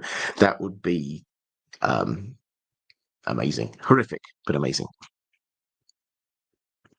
Tater Nuts. I like the idea that Arya will lose the ability to change back into her real face. It goes nicely with the archetype of the stranger. Thoughts? Yeah, it does go well with the archetype of the stranger. Arya's arc with the faceless men is not really an arc. This is the thing which is fascinating in that she gets there and she joins the faceless men because she doesn't really have anywhere else to go. She thinks that Winterfell's gone. She thinks that her family is all dead. The bits of her extended family who are still around, she can't get access to. She ends up there, and it's like, I might as well stay here. It's almost like a default. She doesn't go there thinking, hey, yes, she's got this idea in the back of her head. I know Jaqen could do some cool things. I'm going to learn that. But that's not the driver. Pardon me. It's more, well, where am I going now? And she, from the start, keeps her Stark identity, keeps it hidden. She's got Needle hidden, don't forget. Symbolically, that's her link back to the Starks. All the way through, it's the, what's your name? A girl has no name. Girl lies. And it's again and again and again. And we get all the time her coming back to, faced with a situation, she reverts back to being Starkish. She wakes up every morning seemingly having dreamt about walking into Nymeria. Whenever she meets people from a deserter from the Night's Watch, she kills them. When she meets somebody who's on her list, she kills them. She's just like treading water there, and at some point she's going to go. So her maintaining her Stark identity, I think, is important to who she is and where she's going with the character, because she, having gone so far down this route, she's going to start coming back. Is my working assumption in terms of her arc. This is the low point, the dark point, the point where she's becoming the least Arya Stark. In fact, they're trying to make her become no one. but she will stop. She can't become no one because she is Arya Stark of Winterfell. It's my working theory anyway. Klaus Ballerina, will Mercy be in Winds of Winter? How will it change with the dropped 5-year gap and a much younger Arya? So the Mercy chapter was a pre-release chapter from the Winds of Winter. Yes, I think that will be in the Winds of Winter. George R. Martin has he's released a number through various ways, a number of chapters. We call them the pre-release chapters. I should probably do a proper video on them at some point. One of them, the Theon one, was attached to some versions of A Dance with Dragons. There's a kind of like here's a taster from the next book kind of thing. Some of them he's sort of published online. Some of them he's read out at conventions and the like. Nothing for quite a few years, it has to be said. And because they're not actually published as part of the books officially yet, they're still unofficial. And some of them, when he was just reading them out, we just have like effectively somebody's notes when they were kind of scribbling stuff down. That nobody even audio recorded it. But the working assumption is that they will be in the Winds of Winter. All of them, although he has said a couple of years ago, he has said that, he has gone back and looked again at the pre-release chapters. So do not expect them to be exactly as they were before. There may well be some changes, but I think the Mercy one, that seems to fit. And her being younger, I think he wrote it with her being the age she actually is. It's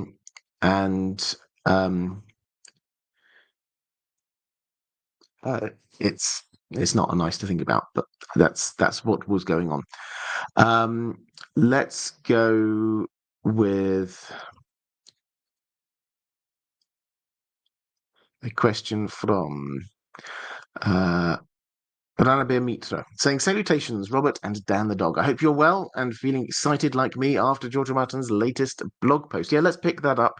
Somebody in the chat also mentioned the blog post. We sort of vaguely talked about it here. I don't have any specific questions on this, but he does. He said in his blog post, it was mostly about Dunk and Egg, to be honest, and Knight of the Seven Kingdoms. He has now seen the TV show. It's 6 episodes. He's seen final cuts of the first 4 episodes. The last 2 he's seen rough cuts of. He says he really likes it. He reiterated that the 2 main actors he loves.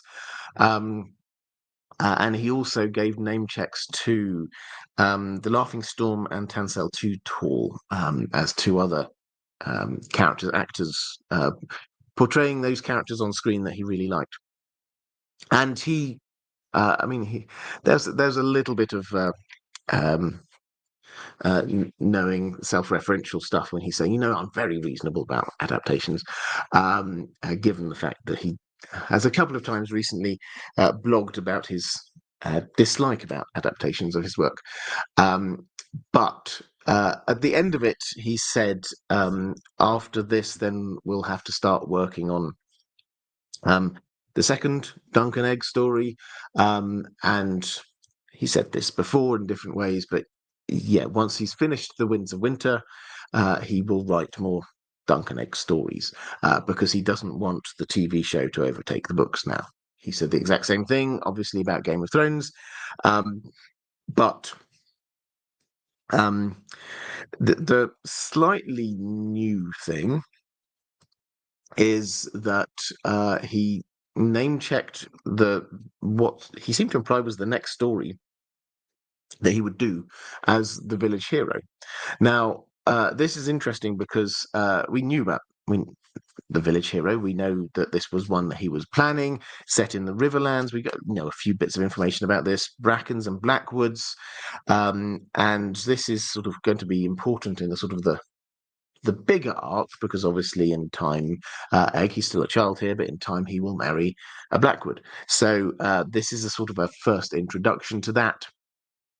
But it's also quite interesting because he had been writing and was halfway through a story set in Winterfell, which had the working title. It wasn't going to end up being called this. It had the working title, "The She-Wolves of Winterfell," but he stopped that because he ran into some issue that he couldn't get through, and so he started writing other things, and he's not come back to it.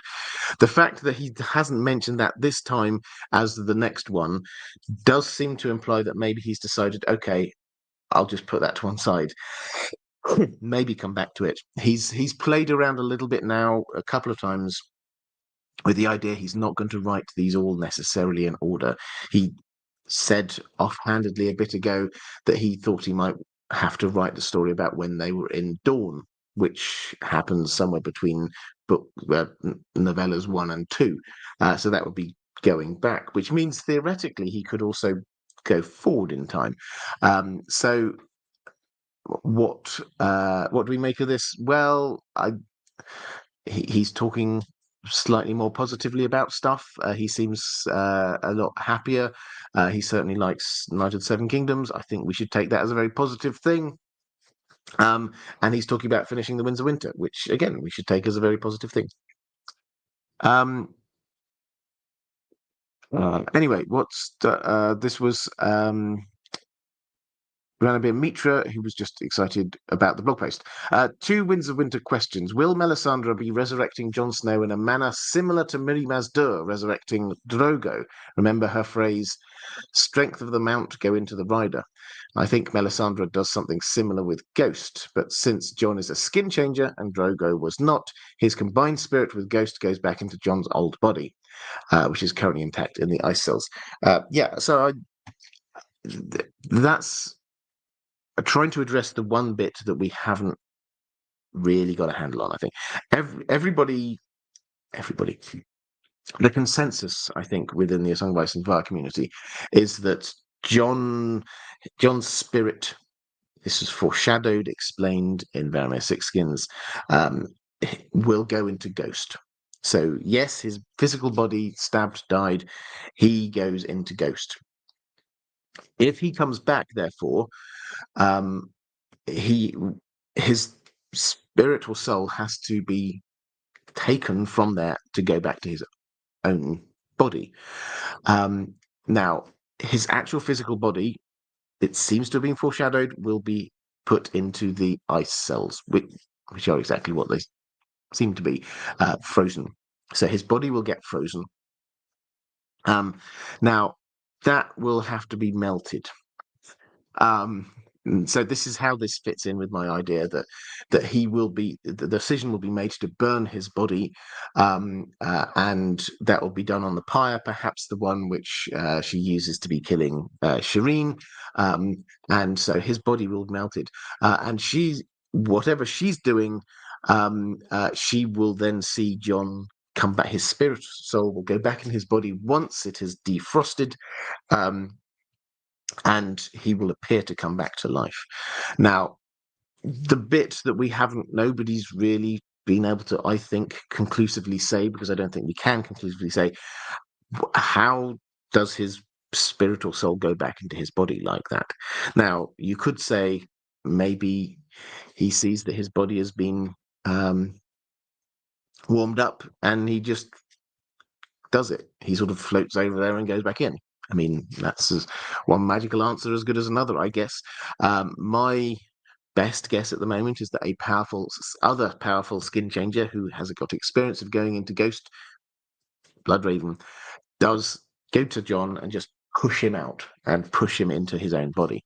That works for me. But the idea that Melisandre does it, I think that she will think she did it, but it actually wasn't her.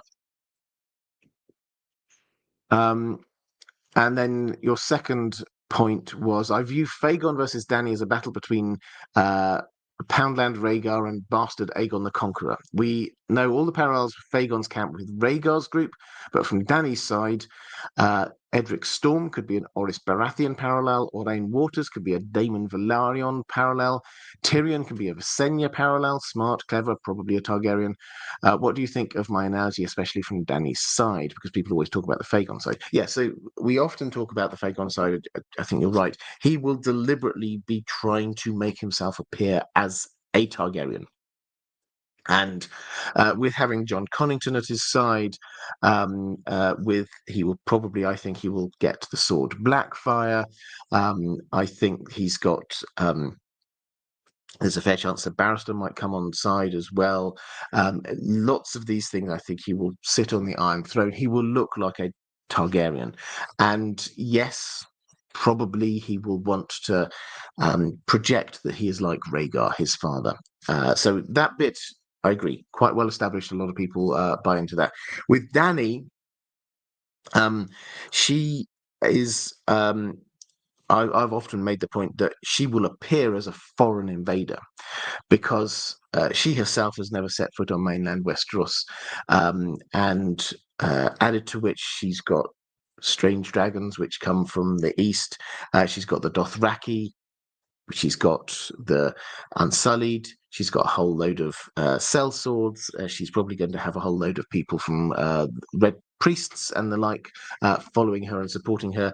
There's going to be a lot of people that are very they feel foreign, so it will feel like a foreign invasion force.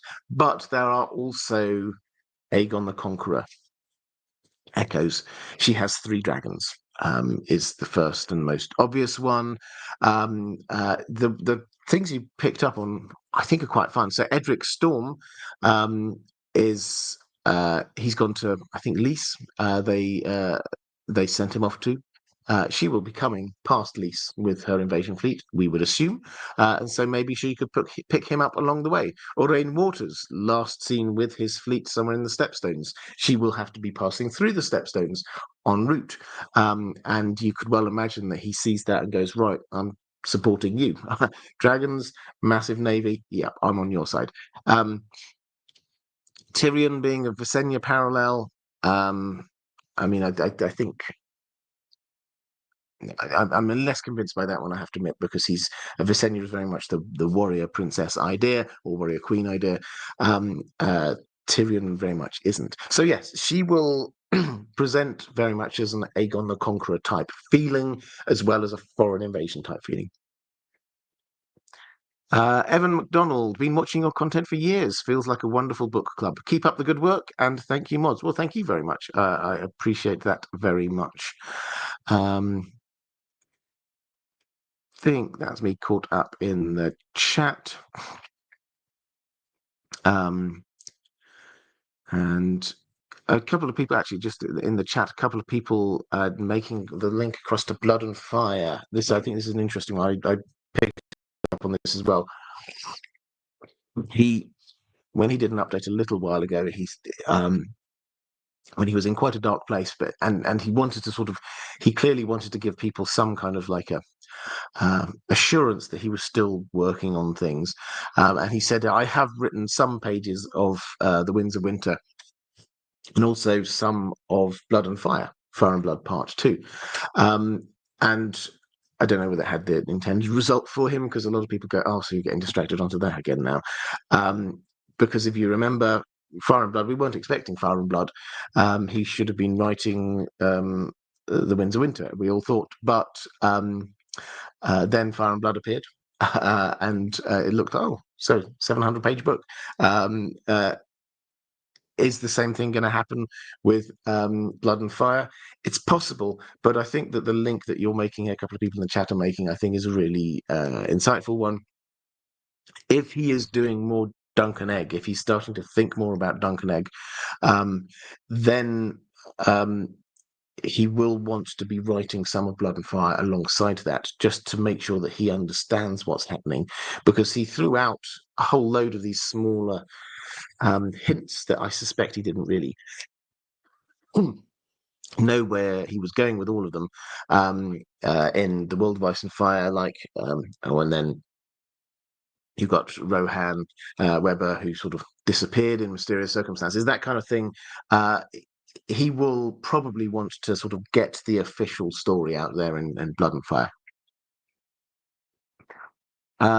Let's go to Hermione saying, "Hello, Robert and Dan the dog. Any chance of a canine cameo sometime? I'd love to. He's fast asleep right now, but maybe with one of these pre-recorded live streams, maybe I'll be able to persuade him on. We'll see." Some of the most egregious D&D script writing, that's the Game of Thrones showrunners, had to do with Dany's sudden madness. How do you think her madness will emerge in the books, assuming George R. R. Martin will keep the same overall plot in that regard? So what we know is that having a little bit earlier in the stream, actually, I talked about a bit about her arc in A Dance with Dragons, which starts with her wanting to be, her mind was very much in the, I'm wanting to settle down, I want a home, I want to be in a safe place, I want to rule, and I want to govern wisely. And then over the course of that, she makes compromise after compromise. She's, I'm going to have to chain up my dragons. I'm going to have to marry somebody here that I don't really love because of it. Oh, I'm going to have to reopen the fighting pits. I didn't want to have to do that. All of these different concessions. And then she gets taken out of there by Drogon. And at the end of it, you get the last chapter. She's out there in the Dothraki Sea. And it's suddenly she becomes Targaryen-y. They're in a sort of, the home base is a sort of cave that she calls Dragonstone. She starts getting these visions of some people, even the people like Jorah, who are saying you should go, you should attack Westeros, you should go. You stopped off in Meereen. You get Quaithe coming to her. The dragons remember who you are. Do you? And then she sees the Dothraki coming to her from the distance. She puts her hand on the dragon and she looks, and the sky was the color of a blood bruise. And all of the imagery and everything says, right, fire and blood. This is where she's going to for the next phase of this story. Now, I don't think we can speculate beyond what happens for the next book because George R. R. Martin himself is very clear. She's going down, and I can't remember the exact words, but it's along the lines of she's going down a darker path in this next book. Now, what does that mean? That means that she's going to be burning a whole lot more people. She's going to turn her mind from trying to rule Meereen wisely to trying to claim what she views as her birthright over in Westeros. She is going to become more Targaryen-y, more fire and blood. Now, that will require her coming up against a whole load of opposition. We know that there's going to be a whole load of opposition. She's getting that Karth, Yunkai, Astapor. These are all people that she will have to face, and she will one after another destroy all these, not necessarily going all the way back and destroy Karth, but she will take on all these different opponents in a increasing confidence of that she's riding dragons and nobody can stop her. So that's the kind of the feel we've got there. And I think that what we will see is over this time, people start to look at what she does and have to make judgment calls. It's quite easy to say when she's just sat there in Meereen, she's making these concessions that she's trying to do good. When she starts attacking people and there's collateral damage,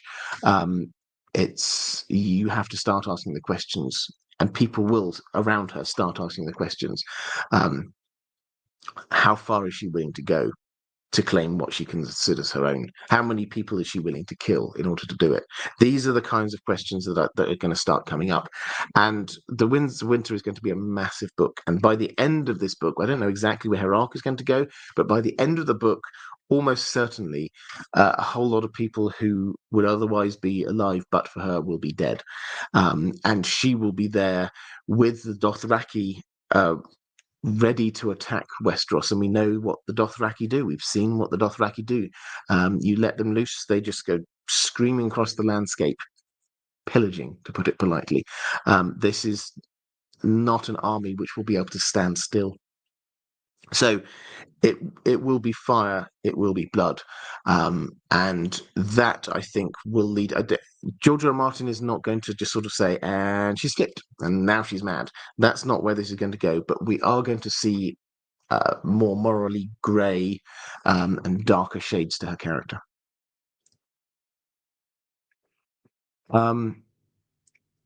Class Ballerina with a quote saying, "But his sister had left the wilds to walk in the halls of Manrock where other hunters ruled, and once within those halls, it was hard to find the path back out." And saying, "Summer in A Storm of Swords senses lady even after her death in the halls of Manrock. Could her spirit be in the crypts waiting to inhabit a direwolf statue now that her body is buried just outside the crypts?"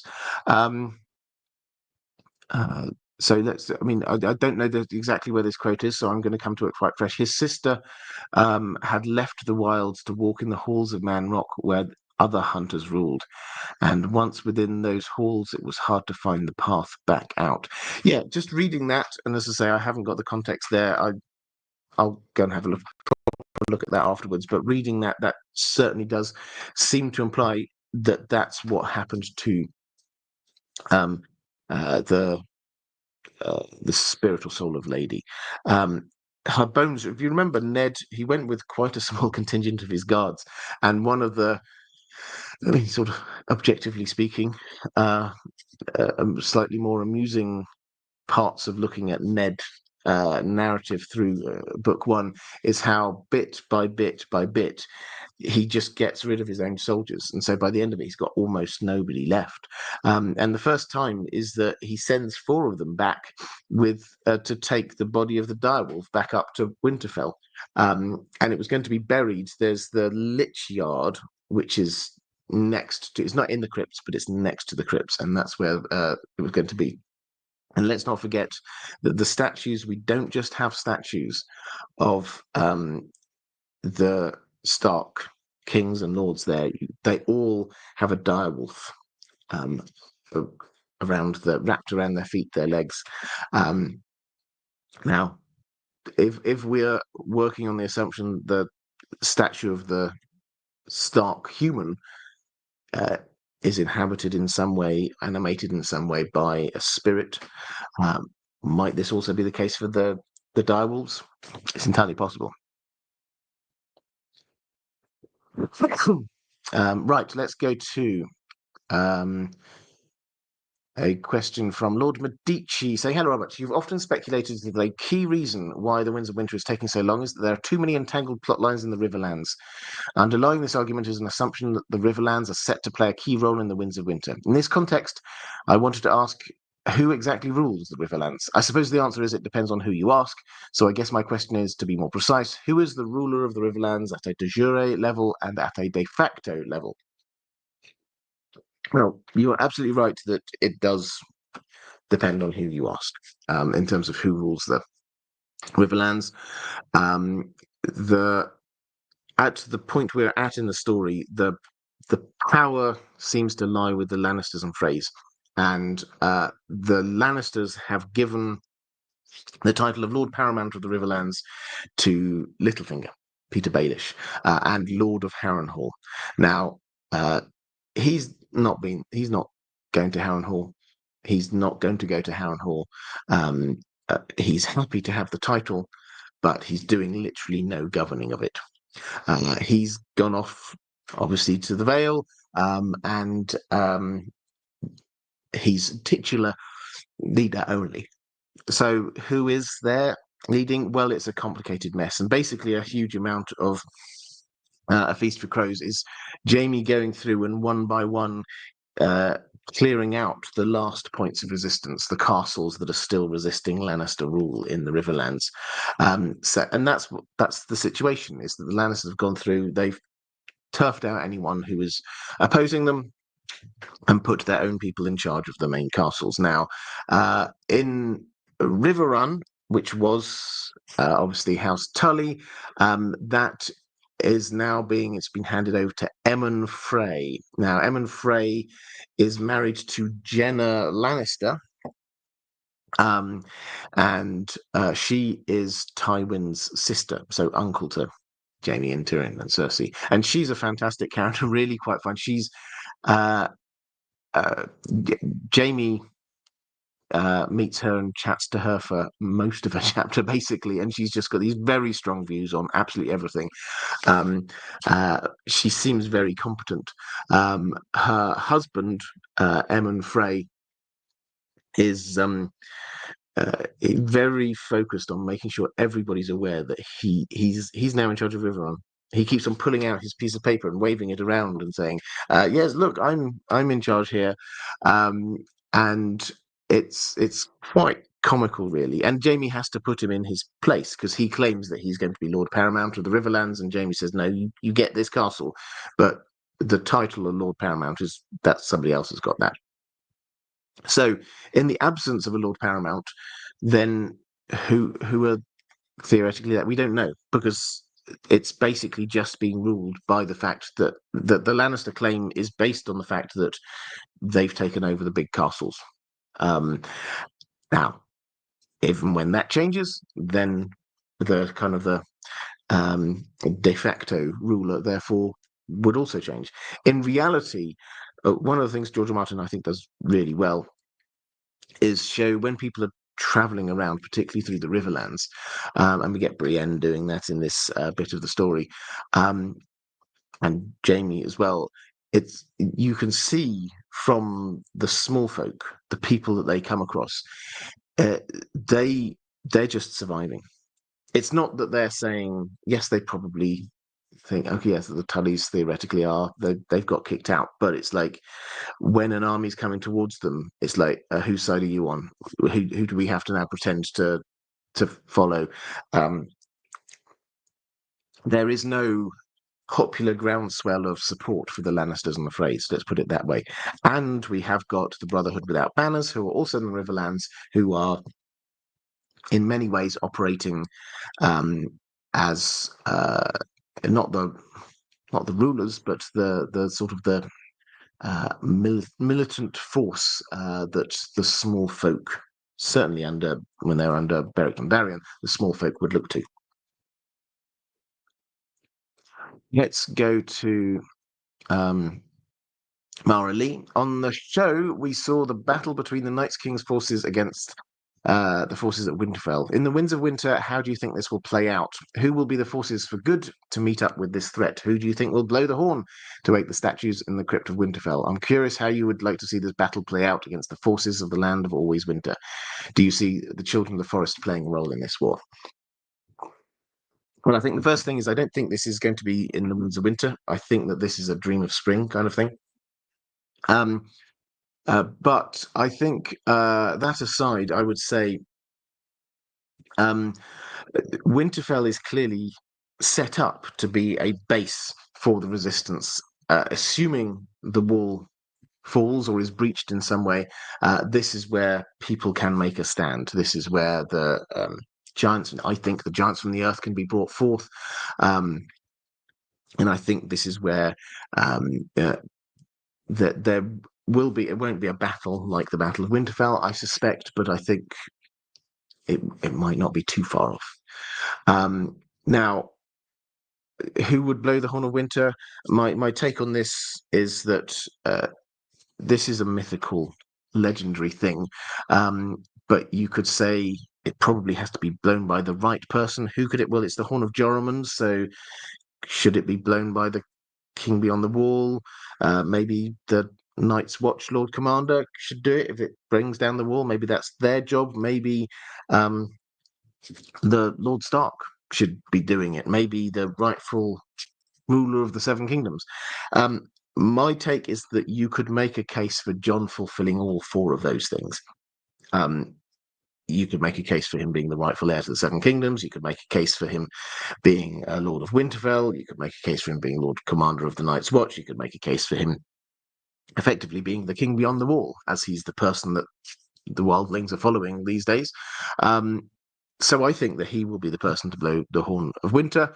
I think that the children of the forest will not get involved in fighting, but they are playing their role in secret by working with Bloodraven to be training up Bran and getting the right equipment, Dragonglass, etc., to people. And I hope that the invasion from the others lasts a bit longer than it did on the show,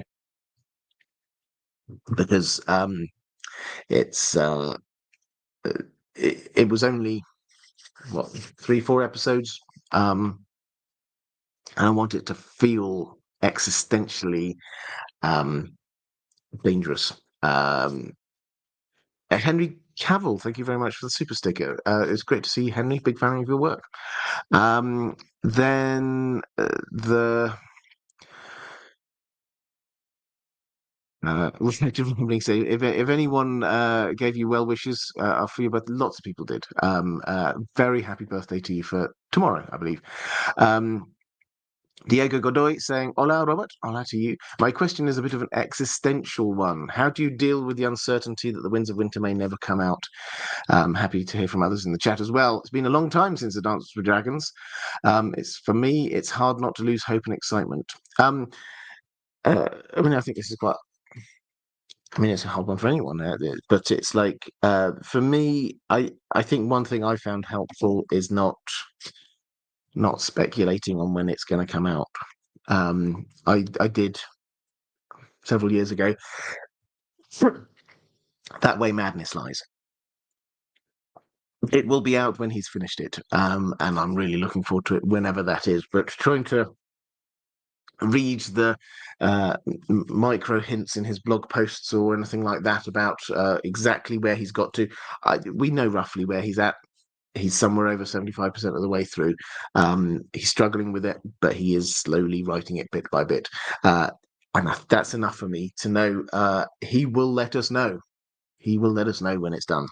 And I think the other thing, which is, I mean, I find quite heartening, is the fact that because I know that 75-80% of this is done, worst case scenario, at some point, that bit will be revealed and that will come out no matter what happens. And so I will get to read some more. And from that, everyone would be able to then work through in their mind one book left where they think it's going to end. And I don't know, I feel quite relaxed about that. Maura Lee asking about how the Winds of Winter will end. It would be cool to have Jon's direwolf ghost howling in the night, answering the howls of other direwolves in the distance. Do you think this is one way George could end the book as an epilogue, maybe? So that, as a theory, that's something I talked about before for the end of A Dream with Spring. So at the very end, and if there's any new people, this was Bookshelf Start Again, I think you came up with this one. Looking at a rather obscure clue that we have about the very end of the story. We have the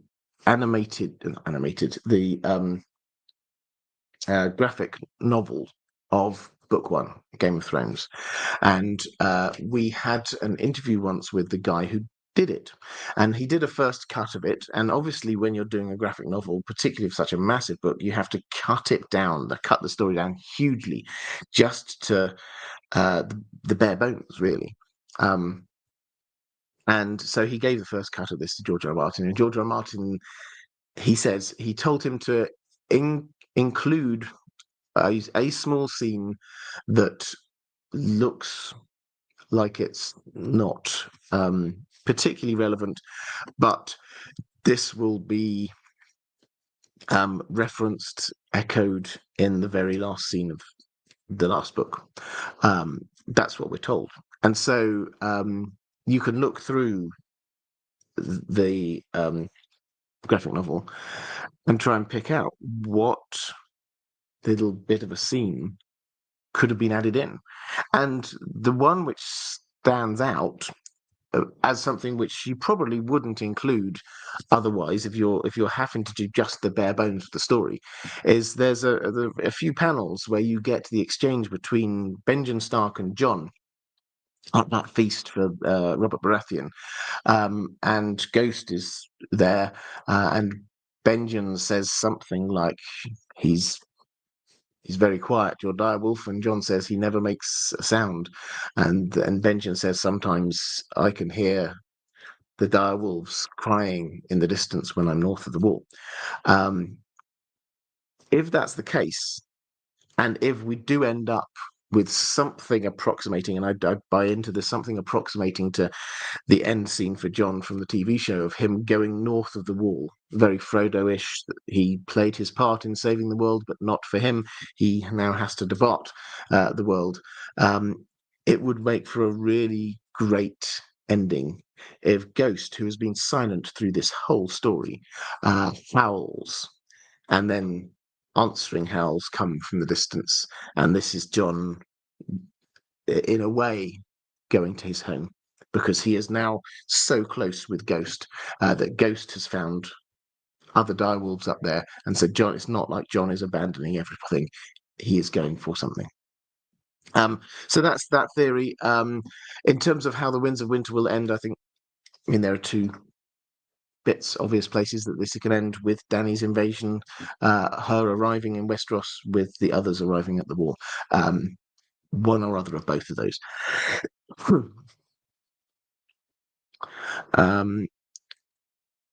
The Stephen saying, hi, Robert and Dan. I was recently wondering about Bronn and where his subplot might go. Will he and his sellswords simply continue to be a thorn in Cersei's side, or could he have a more significant role, perhaps assisting in her downfall? Do you think that George R. R. Martin has something special planned for Bronn, or did he write himself up the garden path? Which is quite an interesting one. So Bronn was a character George R. R. Martin has been very open, has grown with the writing. He, when he was writing book one, and he knew that he needed somebody to help Tyrion escape the Eyrie, to step up and do the fighting for him in the trial by combat, and he had written a couple of sellswords that came with that group, heading over to the Eyrie, and he didn't have really a very clear idea in his mind. He knew that one of them would die and one of them would help Tyrion out, and the one that helped Tyrion out was Bronn. But he thought that was probably it for that character. But then he realized that after Tyrion escaped, Tyrion needed somebody, first of all, needed somebody to talk to. And so Bronn was there, and he started quite enjoying the banter that the two of them had and the conversation that they had. And so he stayed with them, and his character developed, and this guy realized that he could stay with Tyrion and actually start amassing more money and more status and all of the things that as a sellsword he might be wanting to get. And so he carried on with the Bronn plotline. And so Bronn has grew. And he said that watching the TV show, he was a big fan of Jerome Flynn's portrayal of Bronn, added an extra kind of layer to it as well. So Bronn is not a character that he first thought of. He's a character that sort of has emerged. Now, where he is in the story at the moment is that Tyrion brought him to King's Landing, and he was there basically being his right-hand man while he was Hand of the King. Then Tywin bought him off, basically. He knighted him, got rid of all of the sellswords and other ne'er-do-wells that were surrounding them. And Tyrion, though, does not give up on Bronn. When he's there in the cell and he needs somebody to be a champion for him again in fighting, he calls for Bronn, and Bronn turns up, and he basically says, I've been given even more. I've been granted a way to marry into the nobility, Stokeworth family, Lolly Stokeworth, and I'm doing that. And Tyrion says, "I told you, if ever anyone tries to outbid me, I will double whatever it is that you're offered." And it's like, what is it you want? 2 castles, 2 women, and uh, Bronn basically says, "Look, I've got 2 options here. I'm being given this by um, Cersei and Tywin. I can accept it, go off, live my life basically as a lord now." He then, a bit later on, he sort of solidifies his place in that family. Solidifies, Reed gets rid of people in his way, and or I could agree to fight for you. You don't actually have the money to give me right now, and Cersei would definitely take that away from me. Added to which, it's the Mountain, and I might be able to defeat him, but I couldn't guarantee it. So it's only sensible and logical that I say no. And Tyrion kind of accepts this. And he heads off. And there's actually a moment, I don't think it's really quite, I don't know if touching is the right word, but Bronn sort of heads out, and then he sort of pauses at the door and sort of looks back and says something like, "I hope you'll be okay." And then he goes off. And it's like, there was more there than just an employee. He kind of enjoyed spending time with Tyrion, which showed obviously from in the TV show. So that's where he is now. He he's at Stokeworth, which is this castle just outside King's Landing. He has not gone quietly though. As well as killing the person that Cersei sent to kill him, he's named the bastard child that his new wife has got, Tyrion, knowing that Cersei hates Tyrion and is thinks that he killed her son. So he's basically riled up Cersei against him. What's going to happen? Well, you could be tempted to say, well, he should probably now just sort of like lock himself into Stokeworth and live the good life. But George R. R. Martin has said that he likes Bronn, and we will get more of Bronn in the next 2 books. So he's not just going to sit there. I suspect that he will see which way and he does this, see which way the tide is flowing, and he will see Fagon arriving, and he will back him to get rid of Cersei, and then Dany will arrive, and Tyrion will be there, and we will have that same conversation again. And Tyrion will say, "I'll double it. I'll double whatever it is you're being paid." And I think this time Bronn will accept it. So I think that we will get Bronn back by the side of Tyrion. Maybe not in this book, but maybe in the next one. Andrew K, didn't Bronn get Highgarden on the show? Yeah, he did. I still like there was a theory going around at the time of the TV show, because they did the "Do you want 2 castles" joke there as well. I like the theory that he gets given the twins. It is 2 castles, one on either side of the river, and it would suit him, his kind of mercenary nature, to be charging people to be using the bridge. Willie Weeks 2000, when did you first read A Song of Ice and Fire, and when did you know it was worthy of all your literary analysis? Well, thank you very much for putting it that way. I read, so I watched, in fact, I'll go even further back than this. Many, many years ago, when I think just book 1 had been published, I was in a bookshop with a friend of mine, and we've all got friends who, like, you trust their judgment, and when it comes to books, and he picked up Game of Thrones and he handed it to me. He said, "You'll really like this," and so I bought it. But I didn't start it. I didn't read it at the time. I left it on my bookshelf. I think I was a bit scarred. I can't remember the exact timing here, but I think I was a bit scarred by Robert Jordan. I'd read all the way through on the Wheel of Time stuff, and then he died, and it was like, I don't want to start something. This hasn't been finished. I'll wait till he's finished the story, and then I'll read it. Then Game of Thrones season 1 happened. Watched it, loved it. Thought, I'll get that book out now. Read the book, loved the book, and then read through the other ones almost straight away. And so that was that. And then in terms of sort of doing this kind of stuff, it was, I don't know when it was, some point between seasons 6 and 7, I think it was, when I started doing this. And a reflective rambling. Thank you very much for gifting those memberships. That's very kind. Jack Wolf saying, "If you had a house, what would your sigil be?" Dan, question. Yeah, probably a greyhound. Let's go with that.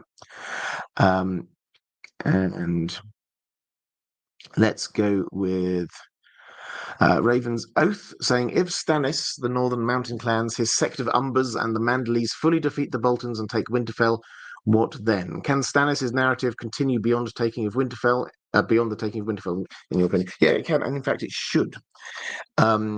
Is that he's not taking Winterfell because he likes conquering things. He is taking Winterfell because the North is divided, and he needs a strong Winterfell in order for the people to rally behind that and him, because he sees his role as defending the Seven Nations against the army of the dead. And so his plan should be, I'll take Winterfell, I'll install somebody, ideally a Stark, ideally Jon, but it doesn't have to be if he refuses it. I'll install somebody there as Lord of Winterfell who the North can rally behind. Then I'm going up to the Nightfort, and then I'll do the full Azor Ahai thing. That's the plan. And I think it's possible that might happen. Raven's Oath also asking, actually, so sorry, spotted in the chat, Andrew K saying, "A greyhound with a book and glasses flanking." Yes, that works. Thank you very much for my house sigil. Raven's Oath saying, we all know that George R. R. Martin is a Gardner writer, and what that entails with characters potentially doing unforeseen actions. We, the readers, also know or assume the coming battles earlier in the Winds of Winter and the narrative paths to reach the endgame. Obviously, there will be some unknown variants forthcoming, but in this light, what character could you see taking a change of course from George R. R. Martin's plan? So, Word Salad to ask who may narratively be acting like Cat in the upcoming book. Well, so I think you're right in as much as we know. For the Winds of Winter, we know some things. George R. R. Martin was very clear that there were 2 battles he was building towards. The fandom have called the battles of fire and battle of ice. The Stannis one, ice, and then the fire one being down in Meereen. Those are 2 big battles which will happen towards the beginning of the Winds of Winter. He was thinking about having them in towards the end of A Dance with Dragons, but decided against it. So we know that they will be happening, and we know that quite a few of the arcs of characters and where they will be heading. Who therefore could go off on a bit of a tangent? Well, I've mentioned Sir Barristan already. I think that him being with Dany, the potential for him, Dany needs somebody else to betray her, and so the potential for him going over to Fagon's side is quite high. Euron will do random things. If George R. R. Martin is doing Euron as a Gardner writer, Euron is just trying to create chaos, destroy the world, and then rule the ashes, become a god. All of these things are, he could just find another thing, that he got from old Valyria. He had this dragonbinder horn. He managed to capture all of the shade of the evening drink. He's um, uh, got apparently some Valyrian steel armor. Um, George R. R. Martin just seems to love giving him a random new thing. That's not going to be the end. There's going to be more things that he's got. And the moment you give him another thing that we've not even thought about, then that can take the story off in a completely different direction. So Euron will go off in random directions we're not expecting. Cersei, similarly, I think we can be reasonably confident about what happens roughly next. She will overreact to the death of Kevin Lannister. I think that her not being able to rule effectively at all in King's Landing and not thinking about the small folk will lead her to having to go away. We've been told that by George R. R. Martin we will see Casterly Rock. We have to ask through whose POV. Hers is the most likely, so her fleeing back to Casterly Rock seems quite likely. What does she do then? George R. R. Martin has said she doesn't just sit around doing nothing. She will have plans, and so she will do something random as well at some point.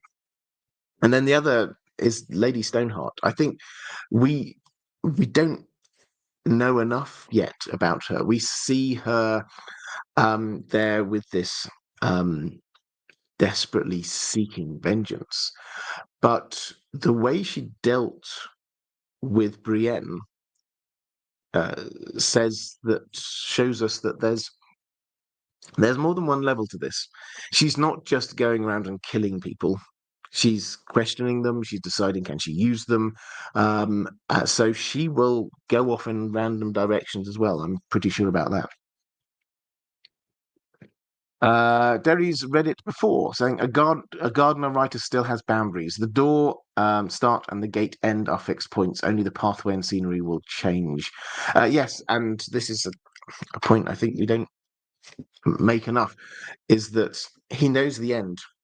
He knows the end. He knows the end for the main characters, where their main stories are going to be going, and that has not changed. And whereas now we're talking the Winds of Winter about all of these interconnecting strands and things like that, the closer to the end we get, the more fixed in he gets.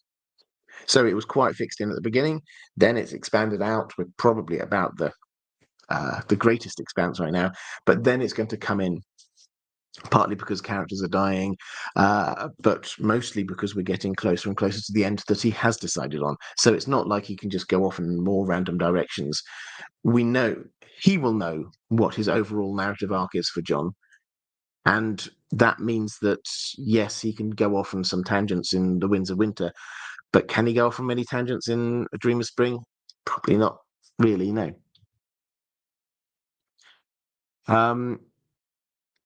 Let's Let's go with Michelle Araimo. Hi, Robert. What are your thoughts about the night lamp theory? Do you think Stannis will be successful with that plan?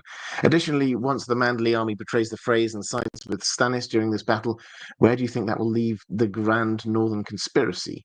Especially since the Manderley seem to be the leaders of it, do you think they will tell Stannis of their plans and the whereabouts of Davos and Rickon? Thank you for all you do. Well, the night lamp theory, for those who don't know, this is basically Stannis's plan for the battle. He knows that there's, an army is going to be coming to him. What's his plan? Well, I don't have a map here for you, but imagine, if you will, two lakes. In between those two lakes, there's a small crofters' village. On one of those lakes, there is an island with a weirwood tree on it. Now, they're all snowed in. Stannis is based in between those two lakes on in the crofters' village. And in the crofters' village, there is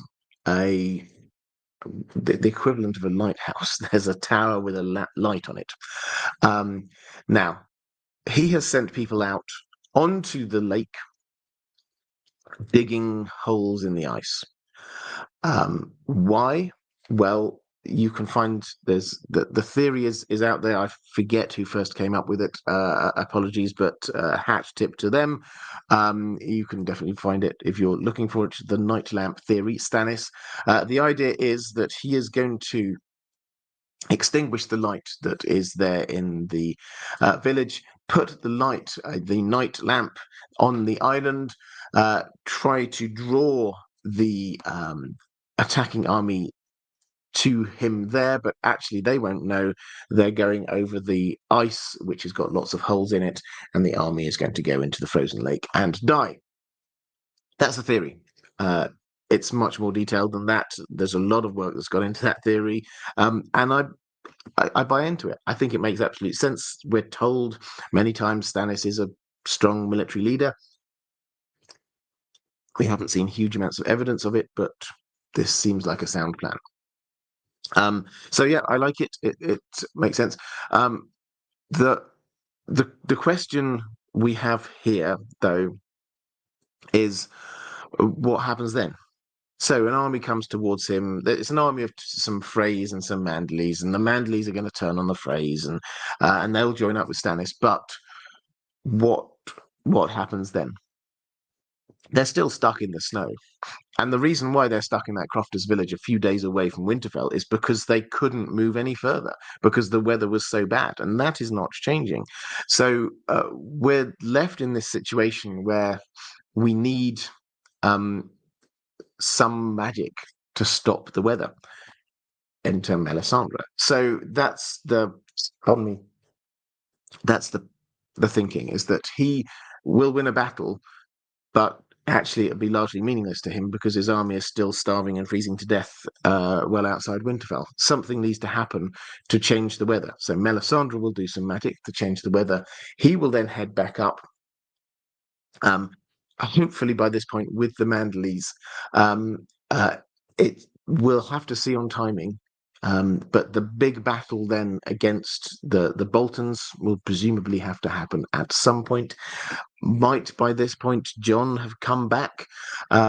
He was going to head down to Winterfell with some people, quite possibly. Would the Manderleys tell him about Rickon? It's possible. It's entirely possible. So the Manderleys have discovered that Rickon is still alive and on Skagos, and they've sent Davos off. Davos obviously is Stannis' man, and if they bend the knee to Stannis, the Manderleys, then they can tell him what's going on there, and then Stannis will be, okay, I've now found my Stark. We bring Rickon back. He can be the Stark in Winterfell, and everybody can rally around him. He's still a child, so we'll have to set up a region or something like that. But we can deal with that. Whether Rickon survives is another matter, of course. For my peoples, do you think Tommen and Myrcella survive until or past Cersei fleeing King's Landing? So I think Tommen will probably get assassinated by the Sand Snakes. That's my guess. Myrcella. So the idea, I think, has to be that she will be made queen in some way. Perhaps Tommen gets killed, and Cersei then decides that okay, so now we have to have Myrcella as queen, because their legitimacy theoretically comes from the fact that they are Robert Baratheon's children, not her. So she will remain queen regent, but Myrcella become queen.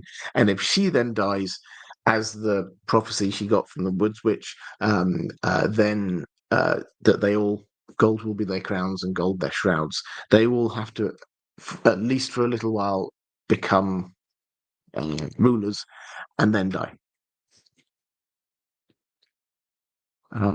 Klaus Ballerina saying the fandom seem to have 3 candidates to marry Fagon: Arianne, Eliasand, and Sansa. Who do you think is most likely?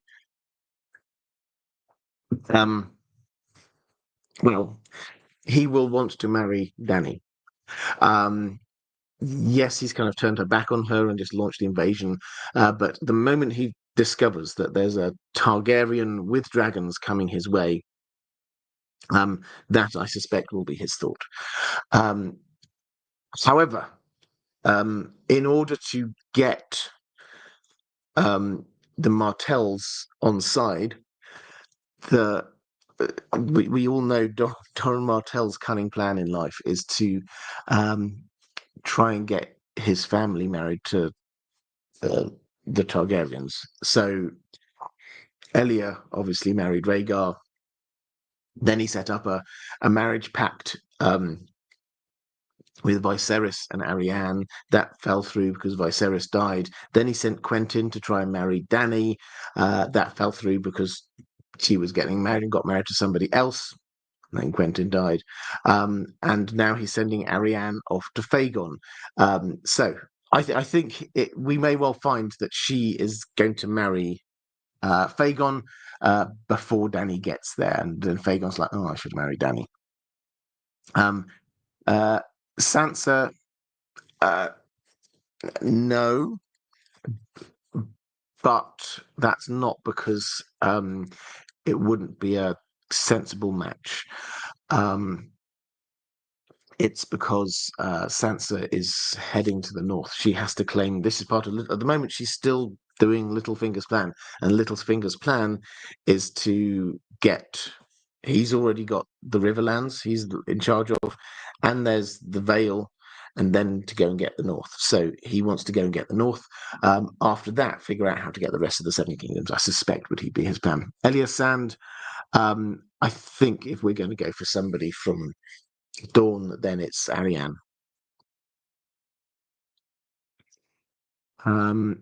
Okay, let's go to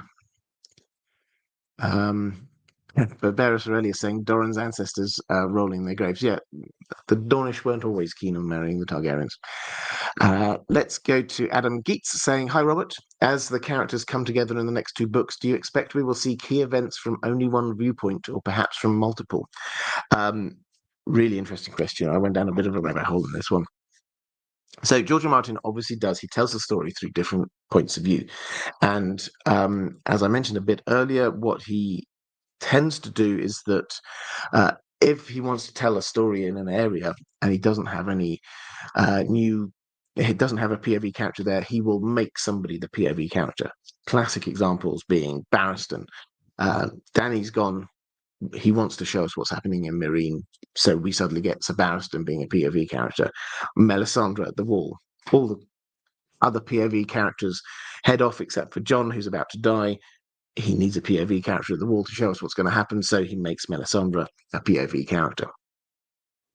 So that's the kind of approach he has. However, now he has got over 20 of these different POV characters. How has he in the past done this with these interlocking POVs? Because you often have lots of POV characters in the same place at the same time. Take as the starting point at the beginning of Book One, Game of Thrones, we've got Ned, we've got Cat, we've got Bran, we've got Sansa, we've got Arya, we've got Jon, we had Tyrion, lots of characters, POV characters, all there in Winterfell at the same time. His default position when you've got lots of POV characters in the same place at the same time is to not show the same thing from lots of different angles, but to do this person's POV, then we go to another person and another person going through time. So you're telling the story and working out at different moments in time which is the best POV to tell this from. It's best to tell the POV of the feast from Jon's POV because he's feeling things about this. He's excluded away from the high table. He's feeling very much about him being a bastard. So that's why you choose him there. When you have the bits that you need to see what's going on with Robert Baratheon, then you choose Ned, because Ned's friends with him, and so he's going to be hanging out with him. So that's what you do when you choose which is the best POV. And as a result of that, yes, you often see other characters who are POV characters um, from other people's POV. So we saw Tyrion from Jon's POV when Jon was out there in the yard getting quite angry about the fact that he was a bastard, and then Tyrion appears and Tyrion gives him that pep talk about being a bastard and wearing it like armor, etc. So that's George R. Martin's default way of dealing with this. He has on a few occasions, he's had characters think back. So you might have had two characters in the same place at the same time. He doesn't show the same from both sides, but he has in a later POV, he has them think back to it. So, for example, when Cersei is there burning down the Tower of the Hand with wildfire, then we get this from Cersei's perspective, but then later Jaime thinks back to it. And thinks about what she looked like, and he's interpreting what's going on with her. So he sometimes does that where you look back and you get another person's perspective on something that's already happened. Very occasionally, he will give us the same event from two POVs. So, for example, we had Sam leaving the wall to head off on the journey to go south. We have there's this kind of overlap. If you read A Feast for Crows and Dance with Dragons, then because they're happening at the same time, but the characters we get Sam's character in A Feast for Crows, and then we get Jon's character in Dance with Dragons, and we see Sam's side in the first book, and then we see Jon's side in another book. And that's one of the rare times when we get actually two characters. You see the same events from two sides. I think George R. R. Martin did that as a way to kind of show that they were both reliable narrators. He does like playing around with the idea of the unreliable narrator, but both of those two characters, yes, they come into it knowing different things and understanding different stuff, and therefore their interpretation of events is slightly different. But we're not doubting that what we're reading is in any way what actually happened. Now, I imagine that is what will carry on through the story. When you say, are we going to see things from multiple events? What he tends to enjoy doing when you've got a big event, he will, with several characters who are actively engaged in it, and he wants to show it, he will do that, like in the Battle of the Blackwater, but he won't have them overlapping. So in the Battle of the Blackwater, we had three POV characters. We had Davos, we had Tyrion, we had Sansa, and we see what's happening in different parts of the battle through different eyes. So it's not that he's giving us different perspectives on the same exact thing that's going on. He is giving us different perspectives on the battle through different characters who are in different places. And I think that works really well, incidentally. So you see Davos just getting really kind of concerned. There's something going on here. I don't know what's about to happen. We know what's going to happen because we're with Tyrion, and then we get Sansa, who's locked up with all the ladies, and they don't really know what's going on at all. Occasionally, somebody comes in and gives them a little update from outside, and it's a really effective way of showing how these things. Showing what happens in different parts of the same event. So I expect we might see a bit more of that kind of thing. There is, and I went down a bit of a rabbit hole in this one. I'd not thought about this for a long time. There is one POV character. See if you can figure out who it is. I'll tell you in just a moment. There is one POV character who we have lots of POV chapters for, but we never see live from somebody else's POV. We see afterwards another POV character thinking about when they were talking to them and thinking about them, but not actually that POV. Daenerys. She, for most of her story, she's the only POV character through books 1, 2, 3. She's the only POV character we have. Then suddenly we get other POV characters coming in. We get Quentin, who arrives, but we have POV characters before he meets her. Then when he meets her, we see it from her perspective, and then we get him again afterwards. And Sir Barristan, we don't have any POV chapters for him until she's gone, and then we do. So I don't think there's anything particular that we are missing out on, but you do have it at the back of your brain that we've never had a POV character talking to her. And hearing her respond in real time and seeing their reflections on how she's talking and how she comes across. It'll be absolutely, we almost certainly will in the Winds of Winter, when we've got Tyrion there, as well as Sir Barristan, as well as Victarion, whatever, we will get other people's perspectives of her. But it's been a long time coming. For my peoples, if Tommen is dead and Myrcella named queen when he takes King's Landing, would Fagon try to marry her to give him legitimacy from the past and present ruling families? I mean, I suppose you could see that as a way to do it. My instinct is that he will claim that he's the Targaryen heir, and therefore his legitimacy comes from the fact that he is Rhaegar's son, and Robert's rebellion, that was just a short-lived blip in the Targaryen rule, and we don't need to gain any legitimacy from that at all. I'm gaining my legitimacy from my father. So that, I think, is where he's going to be going from. So marrying Myrcella, although it might make political sense, it wouldn't in terms of his claim. Okay, so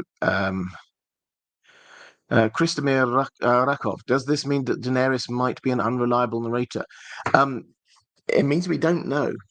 It's the only honest answer. I'm not saying she is. I'm not saying that there's any hints that she might be.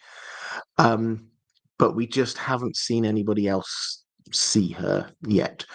And George R. R. Martin does like the unreliable narrator, and I am personally waiting for a big unreliable narrator thing to happen, because we've had a couple of odds and ends. We've got Sansa with the unkiss, if you know about that, but he talks about it a lot more than he's used it, if that makes sense. Right. Let's. So, only Greek word saying Dany hallucinates. She definitely does in her last chapter. So yeah, there is definitely an element of her being unreliable. How far? I don't know. Say we don't have any kind of evidence to build on here. It's just a noticeable thing because of the way that he structured it. Commander Ray saying, unlike the show, Stannis has a lot better chance of a victory, but it can't last and he does die. I think the gates will be opened for him by Mance and others, but I think it's possible Ramsay, perhaps using Rickon in some way, kills Stannis, causing enough chaos that he retakes Winterfell, setting up a battle of the bastards. It's also possible Ramsay instead retreats to the Dreadfort, where said battle takes place instead. I also think it's possible Faceless Man kills Stannis as poetic justice for Renly. Whoever does kill him, I think the ensuing chaos leads to Jon coming out looking like a hero, which leads into the Stark succession crisis. Your thoughts on how Stannis dies and what it will cause? Yeah, so I'm not bought into the idea that Stannis has to die at this point. When you say it's easier for him to take it, theoretically yes, but the weather is the big problem for him. He can't even get to Winterfell at this moment in time, so let alone take it. And at the moment, only one of those gates is even usable. The idea that there might be some sort of a inside help to let him get in, does work. We know we've got Mance. We know we've got there's some sort of plotting going on there inside and outside the walls. So it does kind of make sense. But what we won't see is what happened on the show, which was the Boltons all charge out and make it a nice, easy battle. The Roose is nobody's fool, and he will know that he is much, much safer in a castle than he is out on the open field.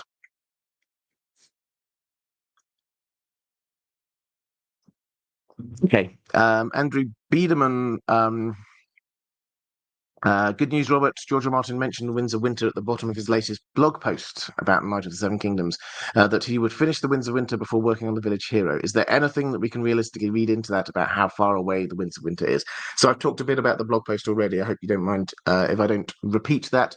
In terms of the specific question, is there anything we can read into how far away the Winds of Winter is? I think the answer is no. Sorry. The Winds of Winter, last time he told us he was 75% of the way through. He's done some pages since then, whatever that is. He's most of the way there, but not close enough that we could expect him to finish it off next week. I don't think it's an update. I think he was wanting to tell us about Knight of the Seven Kingdoms, and the positive bit, as well as the bit about the Knight of the Seven Kingdoms, is the fact that he was writing a lot more firmly about when I finish the Winds of Winter. Whereas a while ago he did, I think for the first time, sort of like openly say, there is a chance I don't finish all of this, which kind of fits in with he's been quite he was quite down for a long time. I'm hoping that this signals an uptick, and he's actually in a much better place. Alexander, Julia Carino. This is my first stream as a patron. Welcome. Fantastic to have you.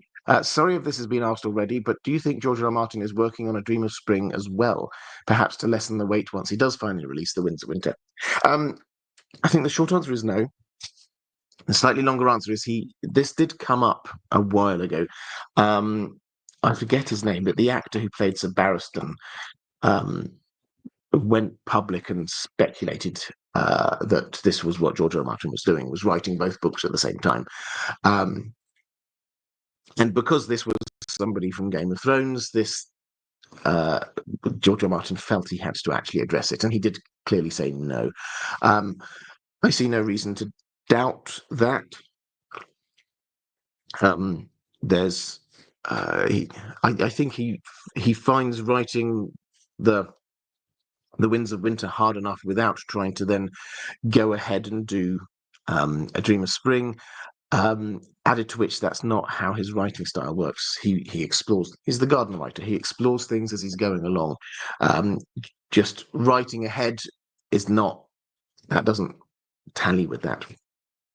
I think what he does do is he finds himself getting distracted onto other things, like Blood and Fire, for example. But I don't think that he's getting ahead in the main story of A Song of Ice and Fire. For my peoples, if Stannis survives the Winds of Winter, does Melisandre abandon his campaign to support Jon once she revives him and sees him as Azor Ahai? So it's entirely possible. So this is why I think it would be fascinating to see more from her perspective. She's already had this. It was very carefully worded by George R. R. Martin, but I asked to see Azor Ahai, and all I see is snow. And it's like, okay, that means Jon Snow. That's actually, incidentally, there's an unreliable narrator thing going on between Melisandre and Jon as well. We get two different perspectives, and Snow in hers is capitalized and his is not. She's referring to him. Jon is not. That's a very minor detail somewhere. But might she abandon this Stannis and go to Jon? That seems logical. If it happens, if Jon coming back happens in anything approaching the way that I sort of speculate it might. Jon's body being put on a pyre where Shireen is being burned to death, the power of King's blood, while she's there muttering, saying, "Save Azora High from the cold," something along those lines. And then suddenly Jon's body goes that had been frozen, and everyone knows it's been thawed, and like he's back into it, and he like stumbles out of the fire, and hey, maybe he even has a sword which caught on fire in the flame. If she sees all of that, might she change? Seems entirely possible. She definitely sees something in Jon. We don't know. We've only had the one POV chapter from her. We don't know all of the detail, but she spends a long time focused in on him. So she sees stuff in him. Okay, let's go to Alexander the Just Okay, which is a great username. Hey, Robert, I'm extremely fascinated by Bran's storyline. I expect it to get quite dark for him in the Winds of Winter. He is far separated from the action, but it is obvious his plotline is instrumental to the story. What are your expectations for what him and his companions will undergo in the penultimate novel? Aside from what you expect, what do you hope to see in his POV chapters? And what an innocent monster of a character he is, poor Hodor. Yeah, so it's already got quite dark. It has to be said. He's in the Feast for Crows. Well, actually, in the Dance with Dragons, we get the prologue, Varamis Six Skins, and he is not a nice character. But he gets told, he thinks back to like his old trainer who taught him about skin changing, and who was very clear that there are certain things that you shouldn't do as a skin changer. And 3 of them are counted as abominations. One of them is to go into skin change into another human. Another one is to eat human flesh while you're skin changed into an animal. Bran has done both of those things already. Bran is in the community an abomination, and he does not even think about it. It's not, the moral issues of Hodor seem not to even cross his mind. He's in an incredibly dark place at the moment, literally as well as figuratively. What will happen? Well, he's going to learn more of the skills. He will learn about traveling back in time through the Weirwood network, and he will learn, and this is the crucial thing, how to move beyond the trees. That's what Bloodraven told him. And at some point, if we're interpreting the Hodor thing correctly, he will escape and head back down south. So what are we going to get for him? I suspect very few chapters. George R. R. Martin, when he talks about Howland Reed, he says, "I've not included any Howland Reed because if Howland Reed turned up, too many spoilers. He just knows too much." And it's the same with Bran. If you're giving Bran this power to go everywhere, look at everything in all of space and time, move beyond the trees at different points in time, time is meaningless to a weirwood, etc., etc. That's stupidly powerful. And although, yes, he's going to show us some of this, I don't think he's going to show it all, because he cannot let us, the reader, in on absolutely everything that Bran can see and hear and do. So I think that's it. He will be trained up.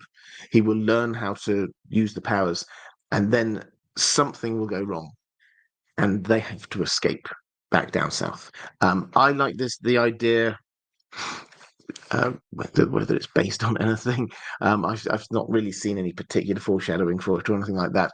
That he escapes down through the tunnels, which become the Weirwood network underground, and so he doesn't actually have to go overground anymore.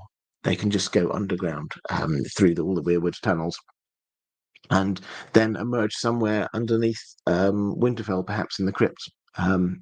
It's a great theory. I don't think we've got much to back that one up yet, but it's a good theory. James Horner, how much of a role do you think House Manderley will play in The Winds of Winter? Lord Wyman is a fascinating character. The Davos chapters with him are among my favourite in Dance. How much credence do you give to the Frey pie idea? It's pretty obvious he killed them, but baking them into pies seems a bit excessive. Right, so just on the first, I've talked a bit about the Manderleys already, so I don't think I'll go over that bit. Again, if that's okay, but Frey pie. For those who don't know, they showed this on the TV show. I killed some Freys and then served them up to Walder Frey. This is a working theory that some people have of what something that's happened the Manderleys have done. So Wyman Manderley is angry, livid at House Frey and the Boltons, not just because he's loyal to the Starks and they did away with this with Robb Stark, but also his own son was there at the Red Wedding and was killed. And this was somebody who was there under guest right and was brutally murdered, and he is livid about this. And the Freys, in an attempt to try and get them back on side a bit, they brought his son's bones back to him. Wendell is his name, and delivered them to White Harbour, and then said, "You need to now come to the wedding, the Boltons." And so he does. He heads off from White Harbour up to Winterfell for the wedding. Those three Freys go back. They go a little bit ahead of the rest of the group and then disappear. Now, it's generally accepted by everyone. Even Ramsay sort of comes to the conclusion, well, I would have killed them. So probably Wyman Manderley killed them. They disappeared. No one knows where they are. Fine. But then when we get to the wedding, we get to Winterfell. Wyman Manderley, he says, I brought gifts for the wedding. And the gifts he brings are three massive pork pies, the size of a wheel each, huge pork pies. And he he's quite weird about them. First of all, it's quite a weird gift. Yes, he clearly eats a lot and he likes his food, so okay. But he insists everyone taste all of them. He says how they're the greatest pies ever, and he sort of like goes to Roose Bolton. It's like, enjoy them. I know I will. And it's really quite weird. There's that then. As he's leaving, he starts getting quite drunk during this meal. As he's leaving, he gets the uh, musicians to play The Rat Cook, a song about the Rat Cook, which is a story from the Night Fort, which is all about somebody who kills guests and bakes them into pies and serves them up to other guests. And that's a really weird choice. For a wedding, that's not the kind of uplifting music you're after. So people have wondered, because there are three of them, these massive pork pies, there are three of the missing Freys. Is that what happened? He ate from these pies, two slices of each he had, and seemed to really enjoy it. Is it possible? If that rat cook thing hadn't happened, I'd have said no. I can't see the evidence there. But Wyman Manderley is very angry. It The cannibalism thing is a bit extreme. I'm kind of 50-50 on this one. If people interpret that as the way um, to uh, uh, for him to get his revenge, then I'm okay with it. If people say no, he's going to do it in another way, again, I'm okay with it. Um, Corvus Corax. Um, In The Winds of Winter, do you think the whites that Jon was keeping in the ice cells will be of any communicative use? Does Wyman already know he's a dead man based on prior actions?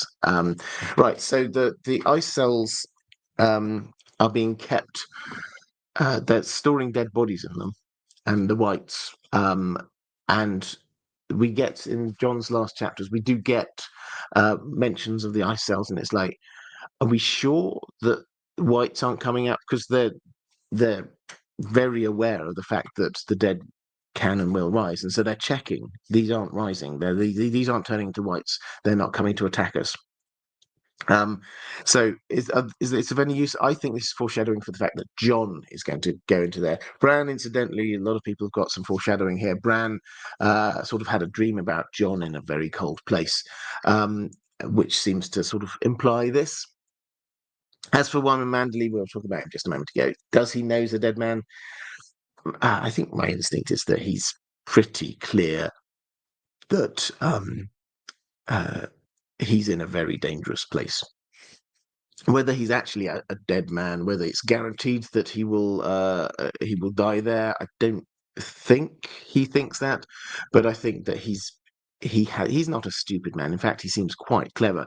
I think he will be aware that he stays alive only as long as Roose Bolton is holding the reins of power there. And Roose Bolton knows the importance of House Manderley. So that's what's keeping him going at the moment. But if that falls, then he's not holding back, insulting the Freys at every turn.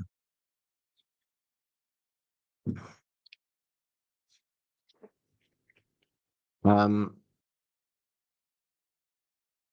yeah, but some people ask about pork pies. Pork pies are I know they're not known in every part of the world, but it's a pastry.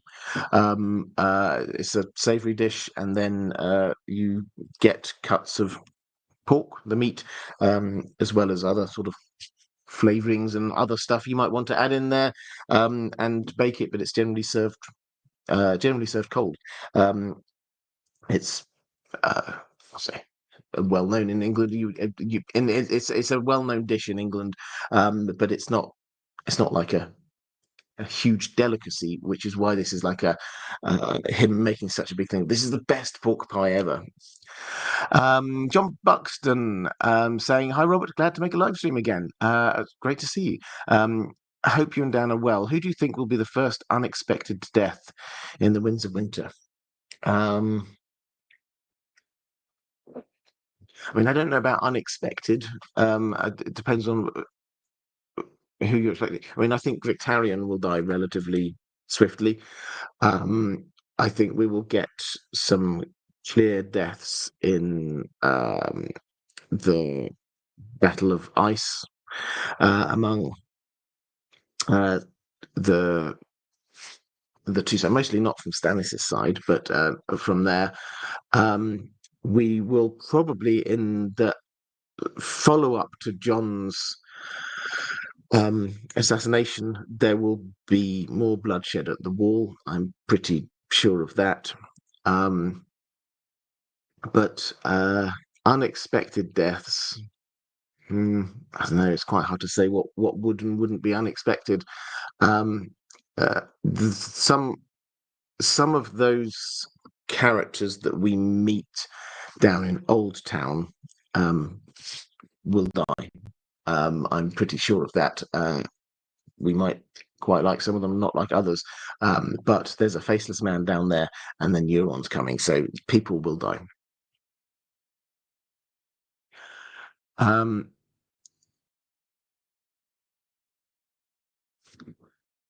Let's go to Commander Ray saying the two topics that aren't focused on are the Land of Always Winter, not who the POV is, but what we'll actually see. And I wonder if we'll see a civilization or something else of the others. This, I think, is a reference to the fact George R. Martin has said we will go further north than we have ever before. Or we will see further north. Now, the speculation has to be who through whose eyes. I think the obvious answer has to be Bran. That he will go looking out via the Weirwood network and seeing things further to the north. But I also hold out hope for Benjen, who was last seen heading far to the north. And you have to ask what's kept him. If he's not being killed or turned or something, then the only reason he's not come back is because he's headed up and he's just trying desperately to find out what's going on. So those are the two big options. I don't think he said we will see the Land of Always Winter. We may, but he just said further north. Might we see some more from the others? I think we will definitely see bits more, but I think he will want them to remain mysterious through most of the Winds of Winter. So we're not going to get much extra. One of the things about the others that works really well is the fact they are mysterious and other, and we do not know what they're about, where they're from, what they want. And then the second bit about the Knights of the Vale and Sansa, who certainly will reach Winterfell, but how and what role they'll play in securing it. And I also wonder about the Lord or Lady Stark, aka Jon, how they will unify the North as king. The show showed the Vale under him, which I wonder if it will, because he's a Targaryen. Also, will the Riverlands be a part of the North, even if only in name? Okay, so the king in the North was also king of the Riverlands. This was Robb was crowned the king of both. So if in his will he has left that to Jon, that means that Jon is theoretically, again, depends on how you interpret it. Does it matter if he's died and then comes back himself? Does it matter that Robb created that on the basis of not thinking that Bran and Rickon were still alive, etc., etc.? Caveat. But Jon would inherit being king of the Riverlands already. From their perspective, they wouldn't recognize Littlefinger's role. Then, would he be king of the Vale? I think not. Littlefinger will not be expecting Jon to be in any position of power. He's not expecting any other Starks to be around. He thinks that he's got a trump card in Sansa. So when he heads up there and discovers there are other Starks, that's going to be the moment things start to slip away from him a little bit. The Late Escapist, a couple of the Winds of Winter predictions just for fun. At the Wall, fighting will break out between the Wildlings and the Night's Watch over Jon Snow's assassination. Melisandre and the rest of Stannis' followers at Castle Black will flee the ensuing chaos. Either way, they'll end up taking refuge in the Night Fort. At Winterfell, Stannis will defeat the Boltons and hold Winterfell until Littlefinger and the Knights of Vale arrive to claim the North for Sansa. Stannis' coalition will lose the fight against the Knights of the Vale, but Stannis will survive and flee to the Wall. At the Night Fort, Melisandre will counsel Stannis to sacrifice Shireen to R'hllor to wake dragons so that he can use them to burn his enemies. In desperation, Stannis will reluctantly yield to Melisandre's counsel.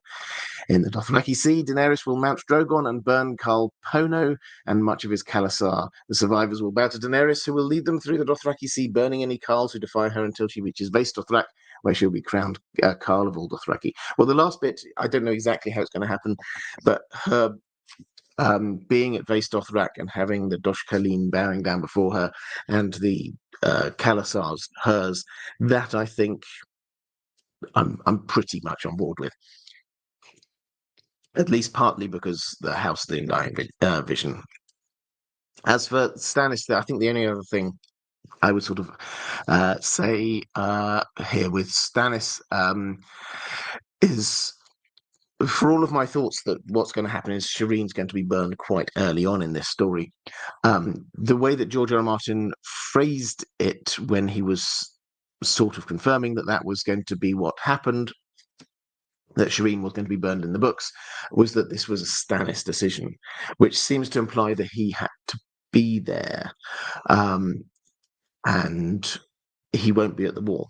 So, given the fact that he kind of has left instructions that she is his heir, that is a massive judgment call on Melisandre's part. So that, I think, is the biggest hole in my theorizing on that side. I'm open to the idea, therefore, that this happens later. But then it does leave you with the question of how do you solve the weather problem for Stannis, unless you do big magic. Auntie Slayer saying, thank you, Robert and mods, as always. Listened while I edited YouTube videos today. Miss you all. Once January is over, I'll be able to participate in the chat more. Cheers. Well, cheers to you too. Fantastic to see you. Enjoy your editing.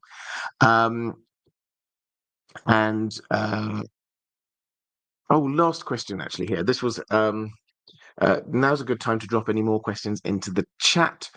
I've got one more question, which is a Tolkien-related question rather than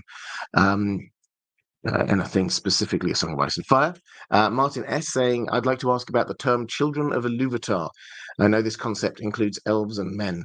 I'd ask about the Ainur here, though. In a kind of literal sense, they would also be children of Iluvatar. Their nature as beings has no effect on who they are literally. They are literally the children of, and they are just as much Iru's creations as elves and men. However, I know natural languages do not always operate in such a way. That expressions mean precisely the sum of their parts. Moreover, in the case of Tolkien's Legendarium, I know they do not commonly count among the children of the Iluvatar. But do you have any analysis of what the etymology of the term children of Iluvatar is? My guess it's maybe alluding to humans being considered children of God in Christian doctrine. Right, well, you're entirely right. With Tolkien, everything comes down to language.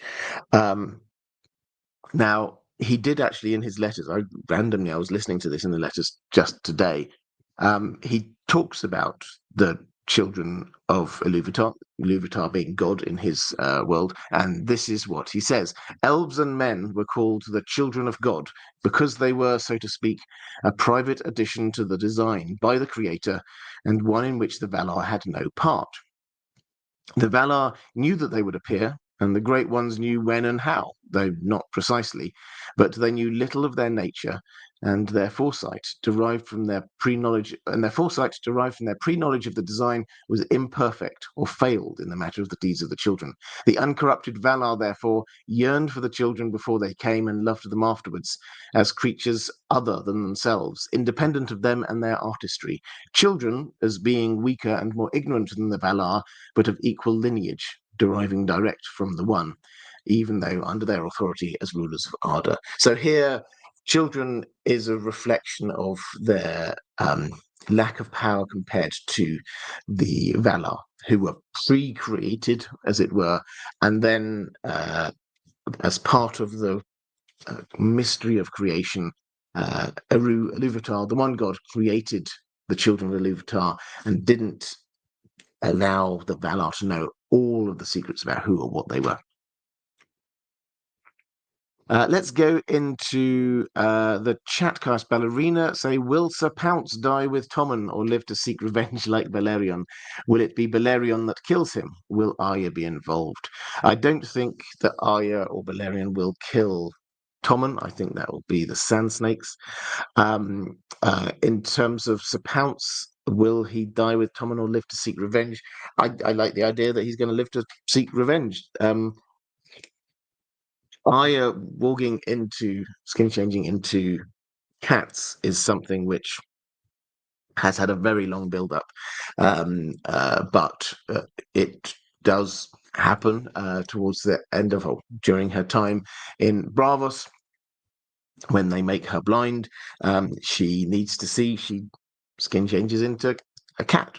And as she's wandering around Braavos, cats follow her around. So there's clearly an affinity there. I'm very certain that she will. That there's also the amount of times, this is entirely random, but the amount of times one ear is mentioned in connection with Arya is silly. And then we know that Balerion, the Black Cat in King's Landing, has one ear. So that's what's going on there. Okay, I think my voice is finally starting to give away a little bit. So next week we will be back with the second part of the Tinfoil Theories live stream. It'll be a pre-recorded live stream, so the chat will be here as normal. You can turn up as normal. The chat box will be here. I will probably try and turn up for a little bit and be there in the chat. So if you want to say hi to me in the chat next week, you can definitely do that. I've got videos coming out as normal over the course of the next few days over on the main channel. And keep an eye out on this channel. I'm going to try and do a few more of those short videos again. I did them ages ago. So yeah, keep an eye out. I'll be doing a few short form videos on this channel as well as the longer form ones.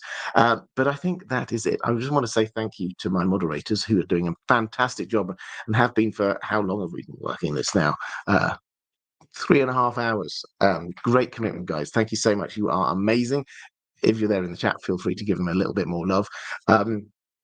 Patrons, thank you so much. I hugely appreciate it. I'm going to go off and rest my throat for a little while. Having said that, somebody, Martin S., saying, I got my limited prints of the paintings of Arwen and Galadriel by artist Angus McBride hung up on my living room wall last week. He was an outstanding Tolkien character artist. Absolutely. I hope you enjoy that. Right. I will be back next time. If you're watching this back a bit later, appearing somewhere around here is a link to other live streams. Appearing somewhere around here is a link to my Patreon page if you wish to support this channel. Thank you very much. Take care, everyone, and I will see you same time next week.